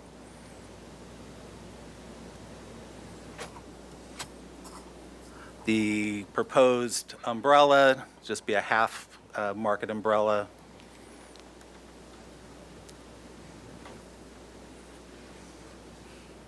The proposed awning, or the umbrella color, which will actually match the existing awning in front of the press room business. And that's it. All right. Okay, if that completes your presentation, we'll have public comment. Any members of the public wishing to comment on this item? Thank you. At this time, I don't have any speaker slips for in-person public comment, though if anyone in the room would like to speak on this item, they can come up to the podium at this time. I'm not seeing any movement, so I will move to virtual participation. Looks like we do have a few people with their hands raised. If you would like to speak, you can raise your hand and I'll go down the line. I'm going to start with Steve Fort. I'm going to allow you to talk right now. And you should be good to Thank go. you. Hope you can hear me. Steve Fort, calling in to express my support for the press room parklet. I realize parklets can be a controversial subject and they can be a little rough around the edges, but I love what I see on this plan. This one really helps the business stay viable. It really isn't impacting any historic resources on that block of Ortega, and we could even foresee that there might be a lot of construction happening around that block in Ortega in the near future. And it's only visible from the block. The building isn't historic according to the city. If it was historic, the hotel project that's been approved wouldn't be approved to tear it down. The press room really is a community gathering space and it's beloved. Hopefully they can keep the parklet with this new design. If there's any tweaks or anything they can get them to yes. If you guys have any concerns today, I hope you'll give them some constructive comments if you're not going to approve it today. And hopefully it can get worked out and it can be kept. That said, I hope you give it PBIA and final approval today and support the press room. Thank you. All right, thank you. Thank you. Next up, we'll have Gareth Kelly. You should be able to speak now. Hello, good afternoon. Can you hear me? Yes, loud and clear. Good afternoon, HLC. Yeah, just to reiterate what Mr. Fort said, I think that the tweaks to the parklet look great and kind of softens the area. The parklet has become a real testament to the press room since COVID when it was allowed, and we hope it continues to be allowed. And I think these tweaks in the design really kind of help the aesthetic of all that. And as previously noted, it doesn't really take any historical resources or anything like that. So, and I do know from knowing the Raffertys that they are more than willing to make any adjustments or changes that may come their way in order to satisfy whatever HLC may require. They've been fantastic stewards of not just that property, but in the community and everything they do. And I know they're willing to always work with whatever they need to do to help things continue to move forward. So hopefully we can move forward, and this is an easy one for you. And that's all I've got. Thank you very much. Great, thank you. Thank you. Next up, we'll have Darcy Roberts. You should be able to speak now. Hi, Darcy Roberts here. I am an industry worker and I have lived in Santa Barbara for 30 years. I think the parklet in the press room does not impact much going on.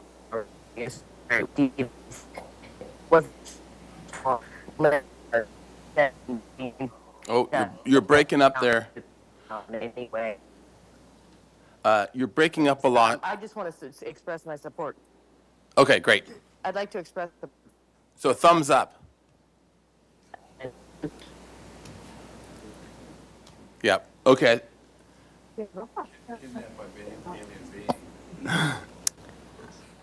Okay, we aren't really getting anything else. It's not coming through. But we do know you're in support of it. We got that. With that, I don't see any more raised hands. So I will move on and just state that we received written correspondence from Steve Fort and give it back to you. All right, thank you. All right, to the commission for questions. A couple of Yep, Commissioner Jordan. couple of questions. First, a question for staff. I assume that there are no legal issues. This parklet is approved, I mean permitted? Yes, so it's been deemed complete by staff, and it's already received its Public Works preliminary approval for being in the right-of-way. So yeah, it's just ready for the HLC decision. Right. Next question. What is the occupancy? How many people could sit in that parklet? Do you know? I don't know. Okay. And could you go to, I guess, the sheet that shows the traffic's barrier, the last sheet? Oh, no, I can stop on that one. Those pieces look like they are made to link together. They don't. They don't? Okay. Well, that answers that question. Question answered. I hate those kind of questions. All right, Commissioner Ansberg? What? Okay, I was confused about that. It looks like, are you saying they are supposed to, but these do not? Or are they, or are you saying that they do not? I wasn't clear about that answer. It looks like the ones that are in a line do link together and that they're designed. Can link together, but the ones on the side would not link into. So they're designed to link together, but in this case, on the corners, they do not? Correct. Okay. And what is the sidewalk width?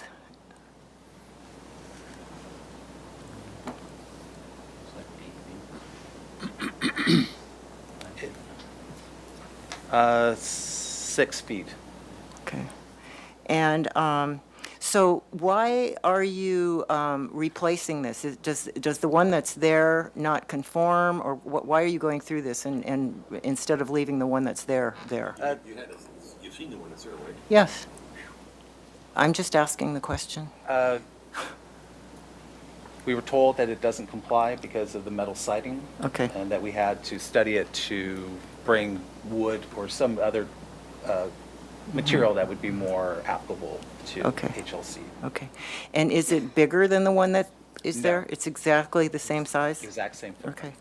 And my understanding of the guidelines, but staff has told us that it meets everything, but my understanding was that you had to be 10 feet away from a curb cut. Is that not true, or is it, because it looks like you're 4.9, if that's where the curb, the drive is flush with the side of the building on both sides. Correct. So it's 4'9",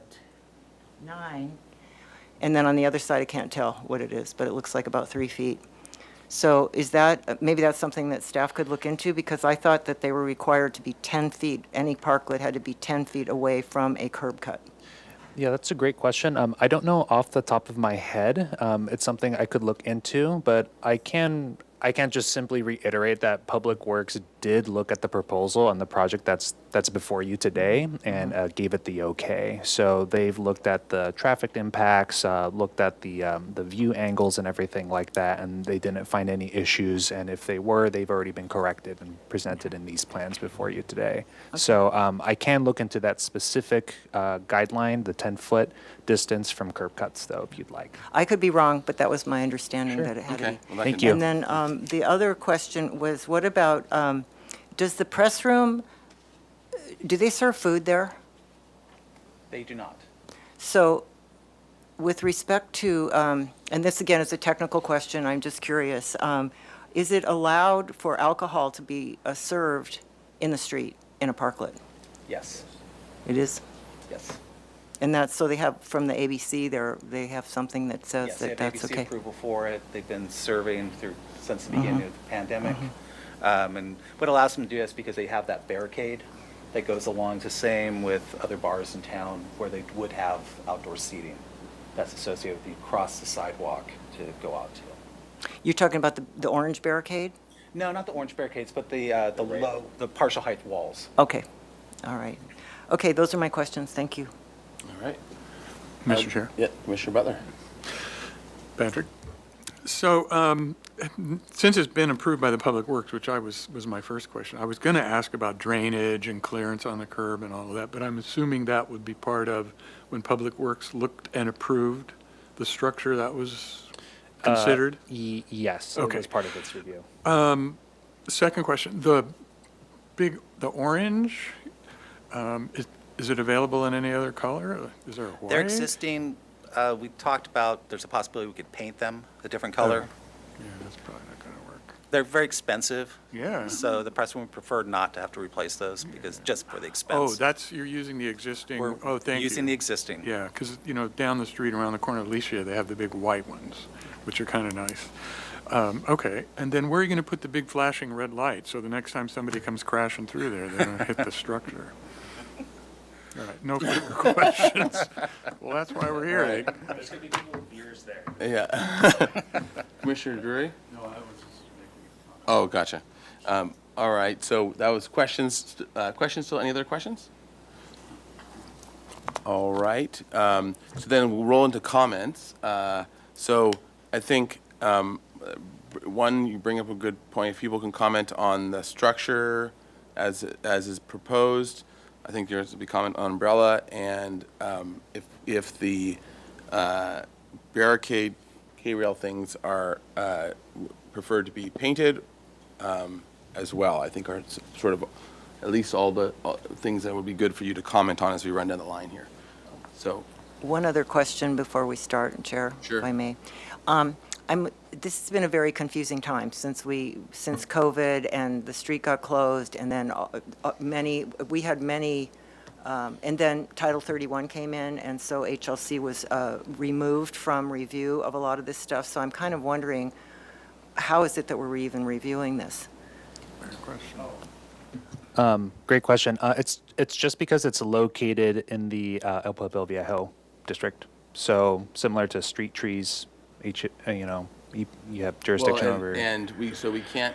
The thing I think though, the thing that we don't have control over is having a K-rail or not, or having those plastic things or not. But we do have control of the color of it. I think. Yeah, it's design review over the parklet. So Yeah. talking about the colors of the barriers and things like that would be. And I think partly because they're trying to keep the existing structure and work with that it's not as simple as just doing the parklet per what the current parklet guidelines are, which that is an option that they could have done, right? They could just tear it out and build what the current parklet was, and then I don't know if it would come to HLC. But anyways, it is in HLC, at least for the not the existence of it, but for the materials that it's being done with. Yeah, So- it's for its design as it fits into the EPV. Yeah, yeah. So, okay, so along those lines,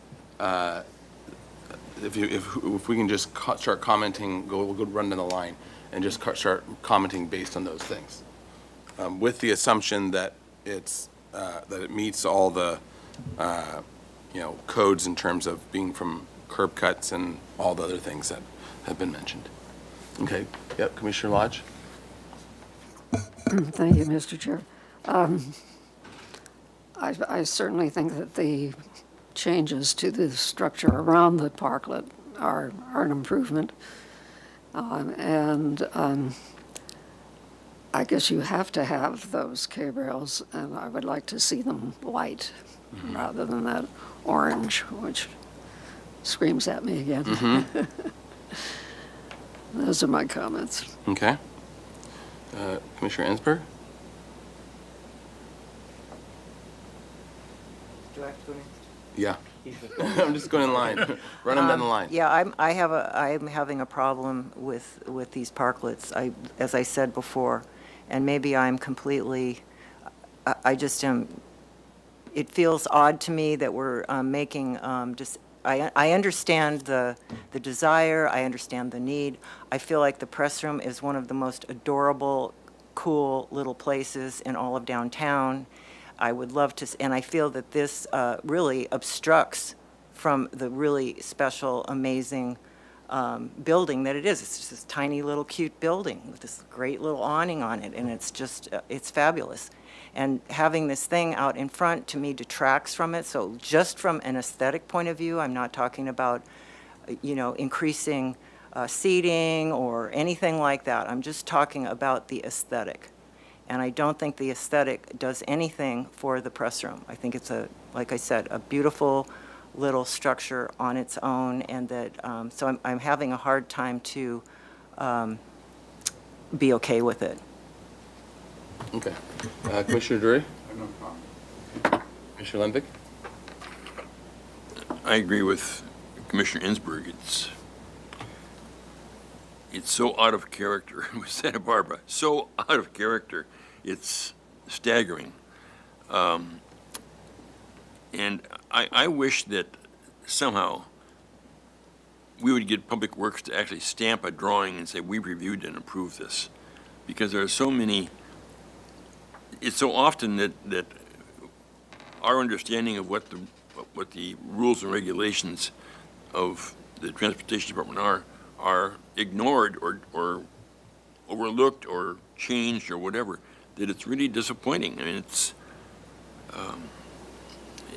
too bad. We're told Public Works likes it, you know. We heard the same thing with the Cantwell's Market. Public Works likes it, and it violates everything I've ever known about solving the problem. Showing horizontal boards on here does nothing. You never see them. The orange barricades are going to obstruct it. At one time, I was trying to find my references on parklets. We said we don't want horizontal boards in parklets. We want vertical boards in parklets. That was a standard we felt was appropriate for what that barrier was representing. And we got horizontal boards here. You know, granted, we'll never see them, but I've never seen half an awning. I mean, that will be. You can tell me where I can see one. I'd like to look at one. Well, yeah. So I guess. I mean, to me, there's so much wrong with this. I just don't know where to go. No, so that's a good example of something. I think both of those are good examples of things that we do have control over. The existence of the parklet and the size, general size of it, and that we don't have control over. But I think we do, and the K rails and whatever, we got our control taken away from a previous city council. So those are all the things that we don't have control over. But I think the requirement of vertical boards, I'm cutting, but I was going to say a similar thing.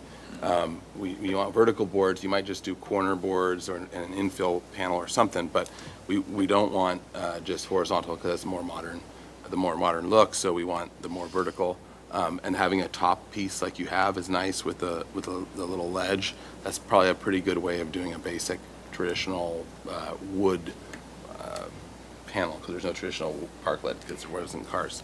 They didn't have parklets when they had wagons. That's right.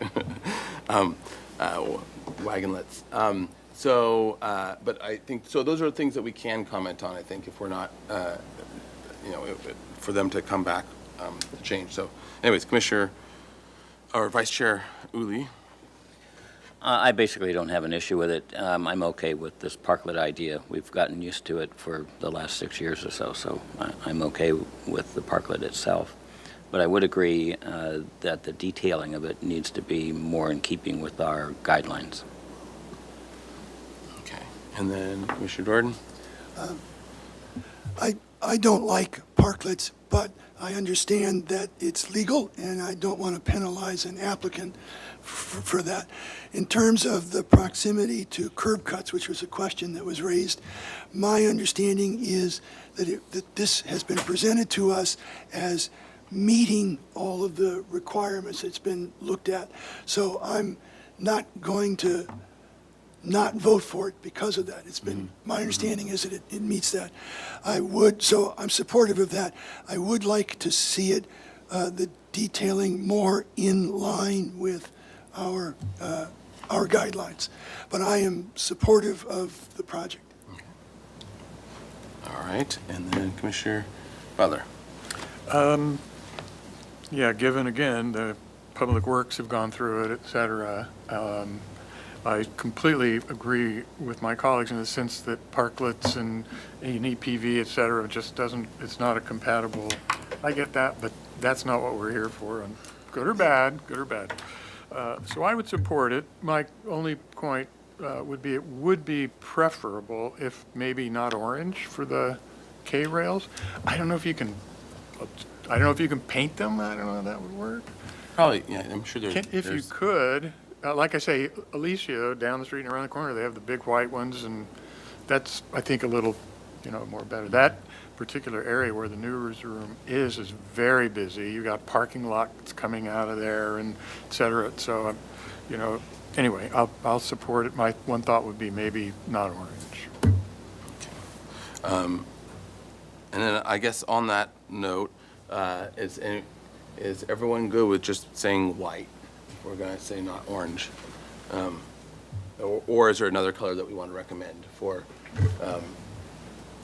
that they do? There's also those plastic that they try to do like the art thing, try to make a K-rail look like art. To wrap it, you mean? With Kind a of wrap. wrap or You something? could wrap in Yeah, white I or think you could something. heat wrap them or And something. if there's I an mean, I don't want to issue add to with, cost, but. if there's an issue with the painting aspect, but I don't know. I'm just trying to think of other ways of just, similarly not making it not orange. Any other thoughts on that? White is okay with me. Yeah, Commissioner Drury? Mr. Chair, I would support those K-rails being painted like the blockage at Haley Street and State.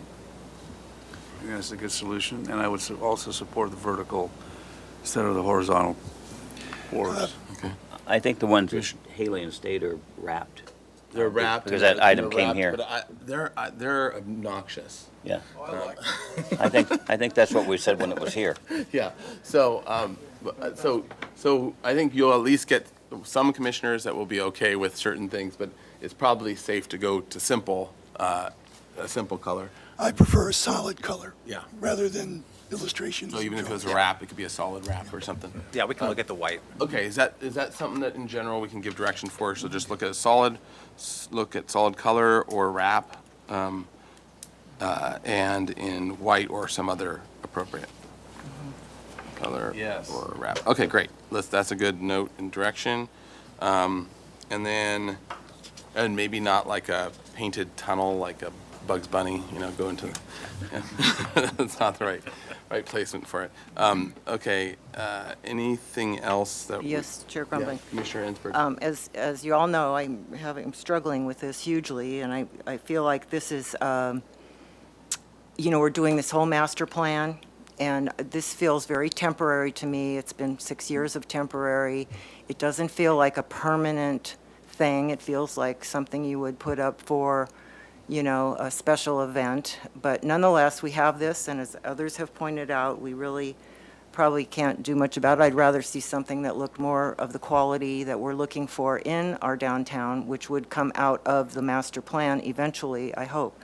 But I will support, given the, if they could be white, I think they need to be white. Just simplify it down. White, the vertical boards has been mentioned already. And then I also wanted to comment on the umbrellas, that I think just a more simple umbrella, I usually am always the one here that's wanting more frivolity or something, but I think in this case, there's a green awning on the building right now. I would suggest just match that color and just do a very simple market umbrella. Don't have the crenellated bottom. And just keep it all as simple as possible and, understated. And also, it doesn't have a roof on it, so we don't have hanging plants coming down, but just simple, clean, and then I think I could, feel better about it, but I still have those reservations. So along with the umbrella thing, I had reservations about a half umbrella. I think that's an odd shaped thing for EPV. I believe, is it Alicia? They do. They have a half one, and I find them very odd looking too. It looks like, well, what happened to the other side of the umbrella? Yeah. So just have, just do a full umbrella. Full umbrella. Yeah. What's better than a half umbrella? They can't have a full umbrella unless they're relocated. You can't overhang the street. They can figure out. Yeah. Figure it but out. I think that just the half umbrella is not a supportable concept. Mr. Chair, Yeah. I think that there was a comment made that these poor people need this. Their business relies on it. If you keep in mind that the parklets were a gift of the city council during the pandemic, and never, I don't believe was ever anybody's intention that they should be enshrined in the architecture of downtown Santa Barbara. I mean, they're great for solving a problem for a pandemic, but to continue that same that same thing, whether I vote for it or not is irrelevant. I just don't think we should feel sad or sorry that this poor little business needs this outside space. They got by before the pandemic. Okay. We'll make the note to be heartless. Yeah, would you note that? Note that. Commission thinks it's an applicant, but we're heartless. Recognizing that we're heartless. Okay, so I think those are all good, important conversations, and are also not that this is a particular that is has checked all the boxes for it. So, for our purposes and our purview, I think we'll stick to the comments that we have purview over. Okay, so but it is noted. Okay, so any other comments? Otherwise, I'll summarize. Okay, so I'll summarize by saying, for one, thank the applicant. This is a improvement from the existing parklet, great improvement, and it's going in the right direction for our guidelines of what currently the city allows. So the additional comments are to that half umbrella is not appropriate for EPV, so to have a full umbrella of some sort for shade structure. And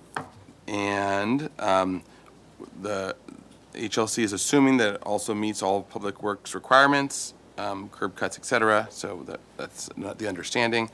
The design of the sidewalls of the parklet are to be vertical planks, not horizontal, and to come back with a design for that. And then, let's see, we covered the umbrella. Oh, then for the what do you call them on your, not K-rails, but what are you calling? Barrier. Barrier. For your traffic barrier device. 11-2 barrier. Yeah, so for your barriers to be either painted or wrapped with a solid color, and it was suggested white or some other appropriate color. Oh, and then actually going back to the umbrella, the shade umbrella, to match the awning color or something else complementary to it. One thing I thought of after you said that was, if they can't get the exact manufacturer, it might look a little odd trying to come close to the same green but not being quite the same green. And so if they can match it, great, match it, or something complementary to it in color, but simple in terms of solid color for the umbrella as well. All right, is there any other comments to add to that? Summarize it? All right, looks good. So would someone like to make a motion? Sorry, excuse me. Yeah, and just a simple market umbrella, no crenellated. Oh, yeah, and with no crenellations, no tabs, crenellation tabs, but just to have simple market umbrella. Okay? Any other? I'll make that motion. Okay, Commissioner Drury, for an indefinite continuance with those comments. And could it come back to on consent with those comments? I think they're fairly straightforward. No. So, is there- did you say no? I said no. You want it with I want, if we're gonna commit ourselves to something this bad, I think we, as a group, we ought to do it. Take responsibility. Right, as a- And not put it on, not put it on me. Not put it on two Vice people. Chair, I'll really? accept that as part of the motion. Okay, so it's Just go come back back to- to full Yeah. commission? Okay, Back. Yeah. okay. Come back to full commission. Sorry, I tried. All right. I get it. Again, I'm We being want happy to feel the to be pain. the bad guy here. You're not. Okay, thank you. Okay. So for an indefinite continuance, or you could come back in 2 weeks if you want. Do you want to? I'll come back in 2 weeks. Yeah, okay. Pretty straightforward. So, all right, to come back in 2 weeks with those comments, and then Commissioner Drury. And this is for project design approval and final approval. It'll be come back for project design approval and final approval. So as long as you have your colors and whatever, then make sure to have your color swatches or whatever. I'll second that motion. And And Chair- then Commissioner Ensberg, under Yeah, could they also please, can you add to please double check that requirement to be sure they didn't? I think we have it in there as The we're 10 assuming feet. it meets the public works, and then and we can make that note to staff. Okay, thank you. Yeah, I'll have the 10-foot, that specific requirement noted, but the Public Works review. And just as confirm it, stands, yeah. And Commissioner Lenvick wants to see them actually stamp the drawing. So, I could find the stamp. yeah. There's a drawer full of them. All right, perfect. Okay, any other discussion? All right, let's have a roll call vote. Thank you. I'll be, Compatibility finding? No, there's no approval. We're not there yet. well, since you're talking, Commissioner Drury, how do you vote? Yes. There we go. Okay, Commissioner Ensberg, Yes. Commissioner Lenvick, Yes. Commissioner Lodge, Yes. Commissioner Butler, Yes. Commissioner Jordan, Yes. Vice Chair Uli, Yes. and Chair Grumbine. Aye. Motion passes. All Thank right, you. thank you. All right. All right. All right. Thank you. Any other things? I don't think so. So we are officially adjourned.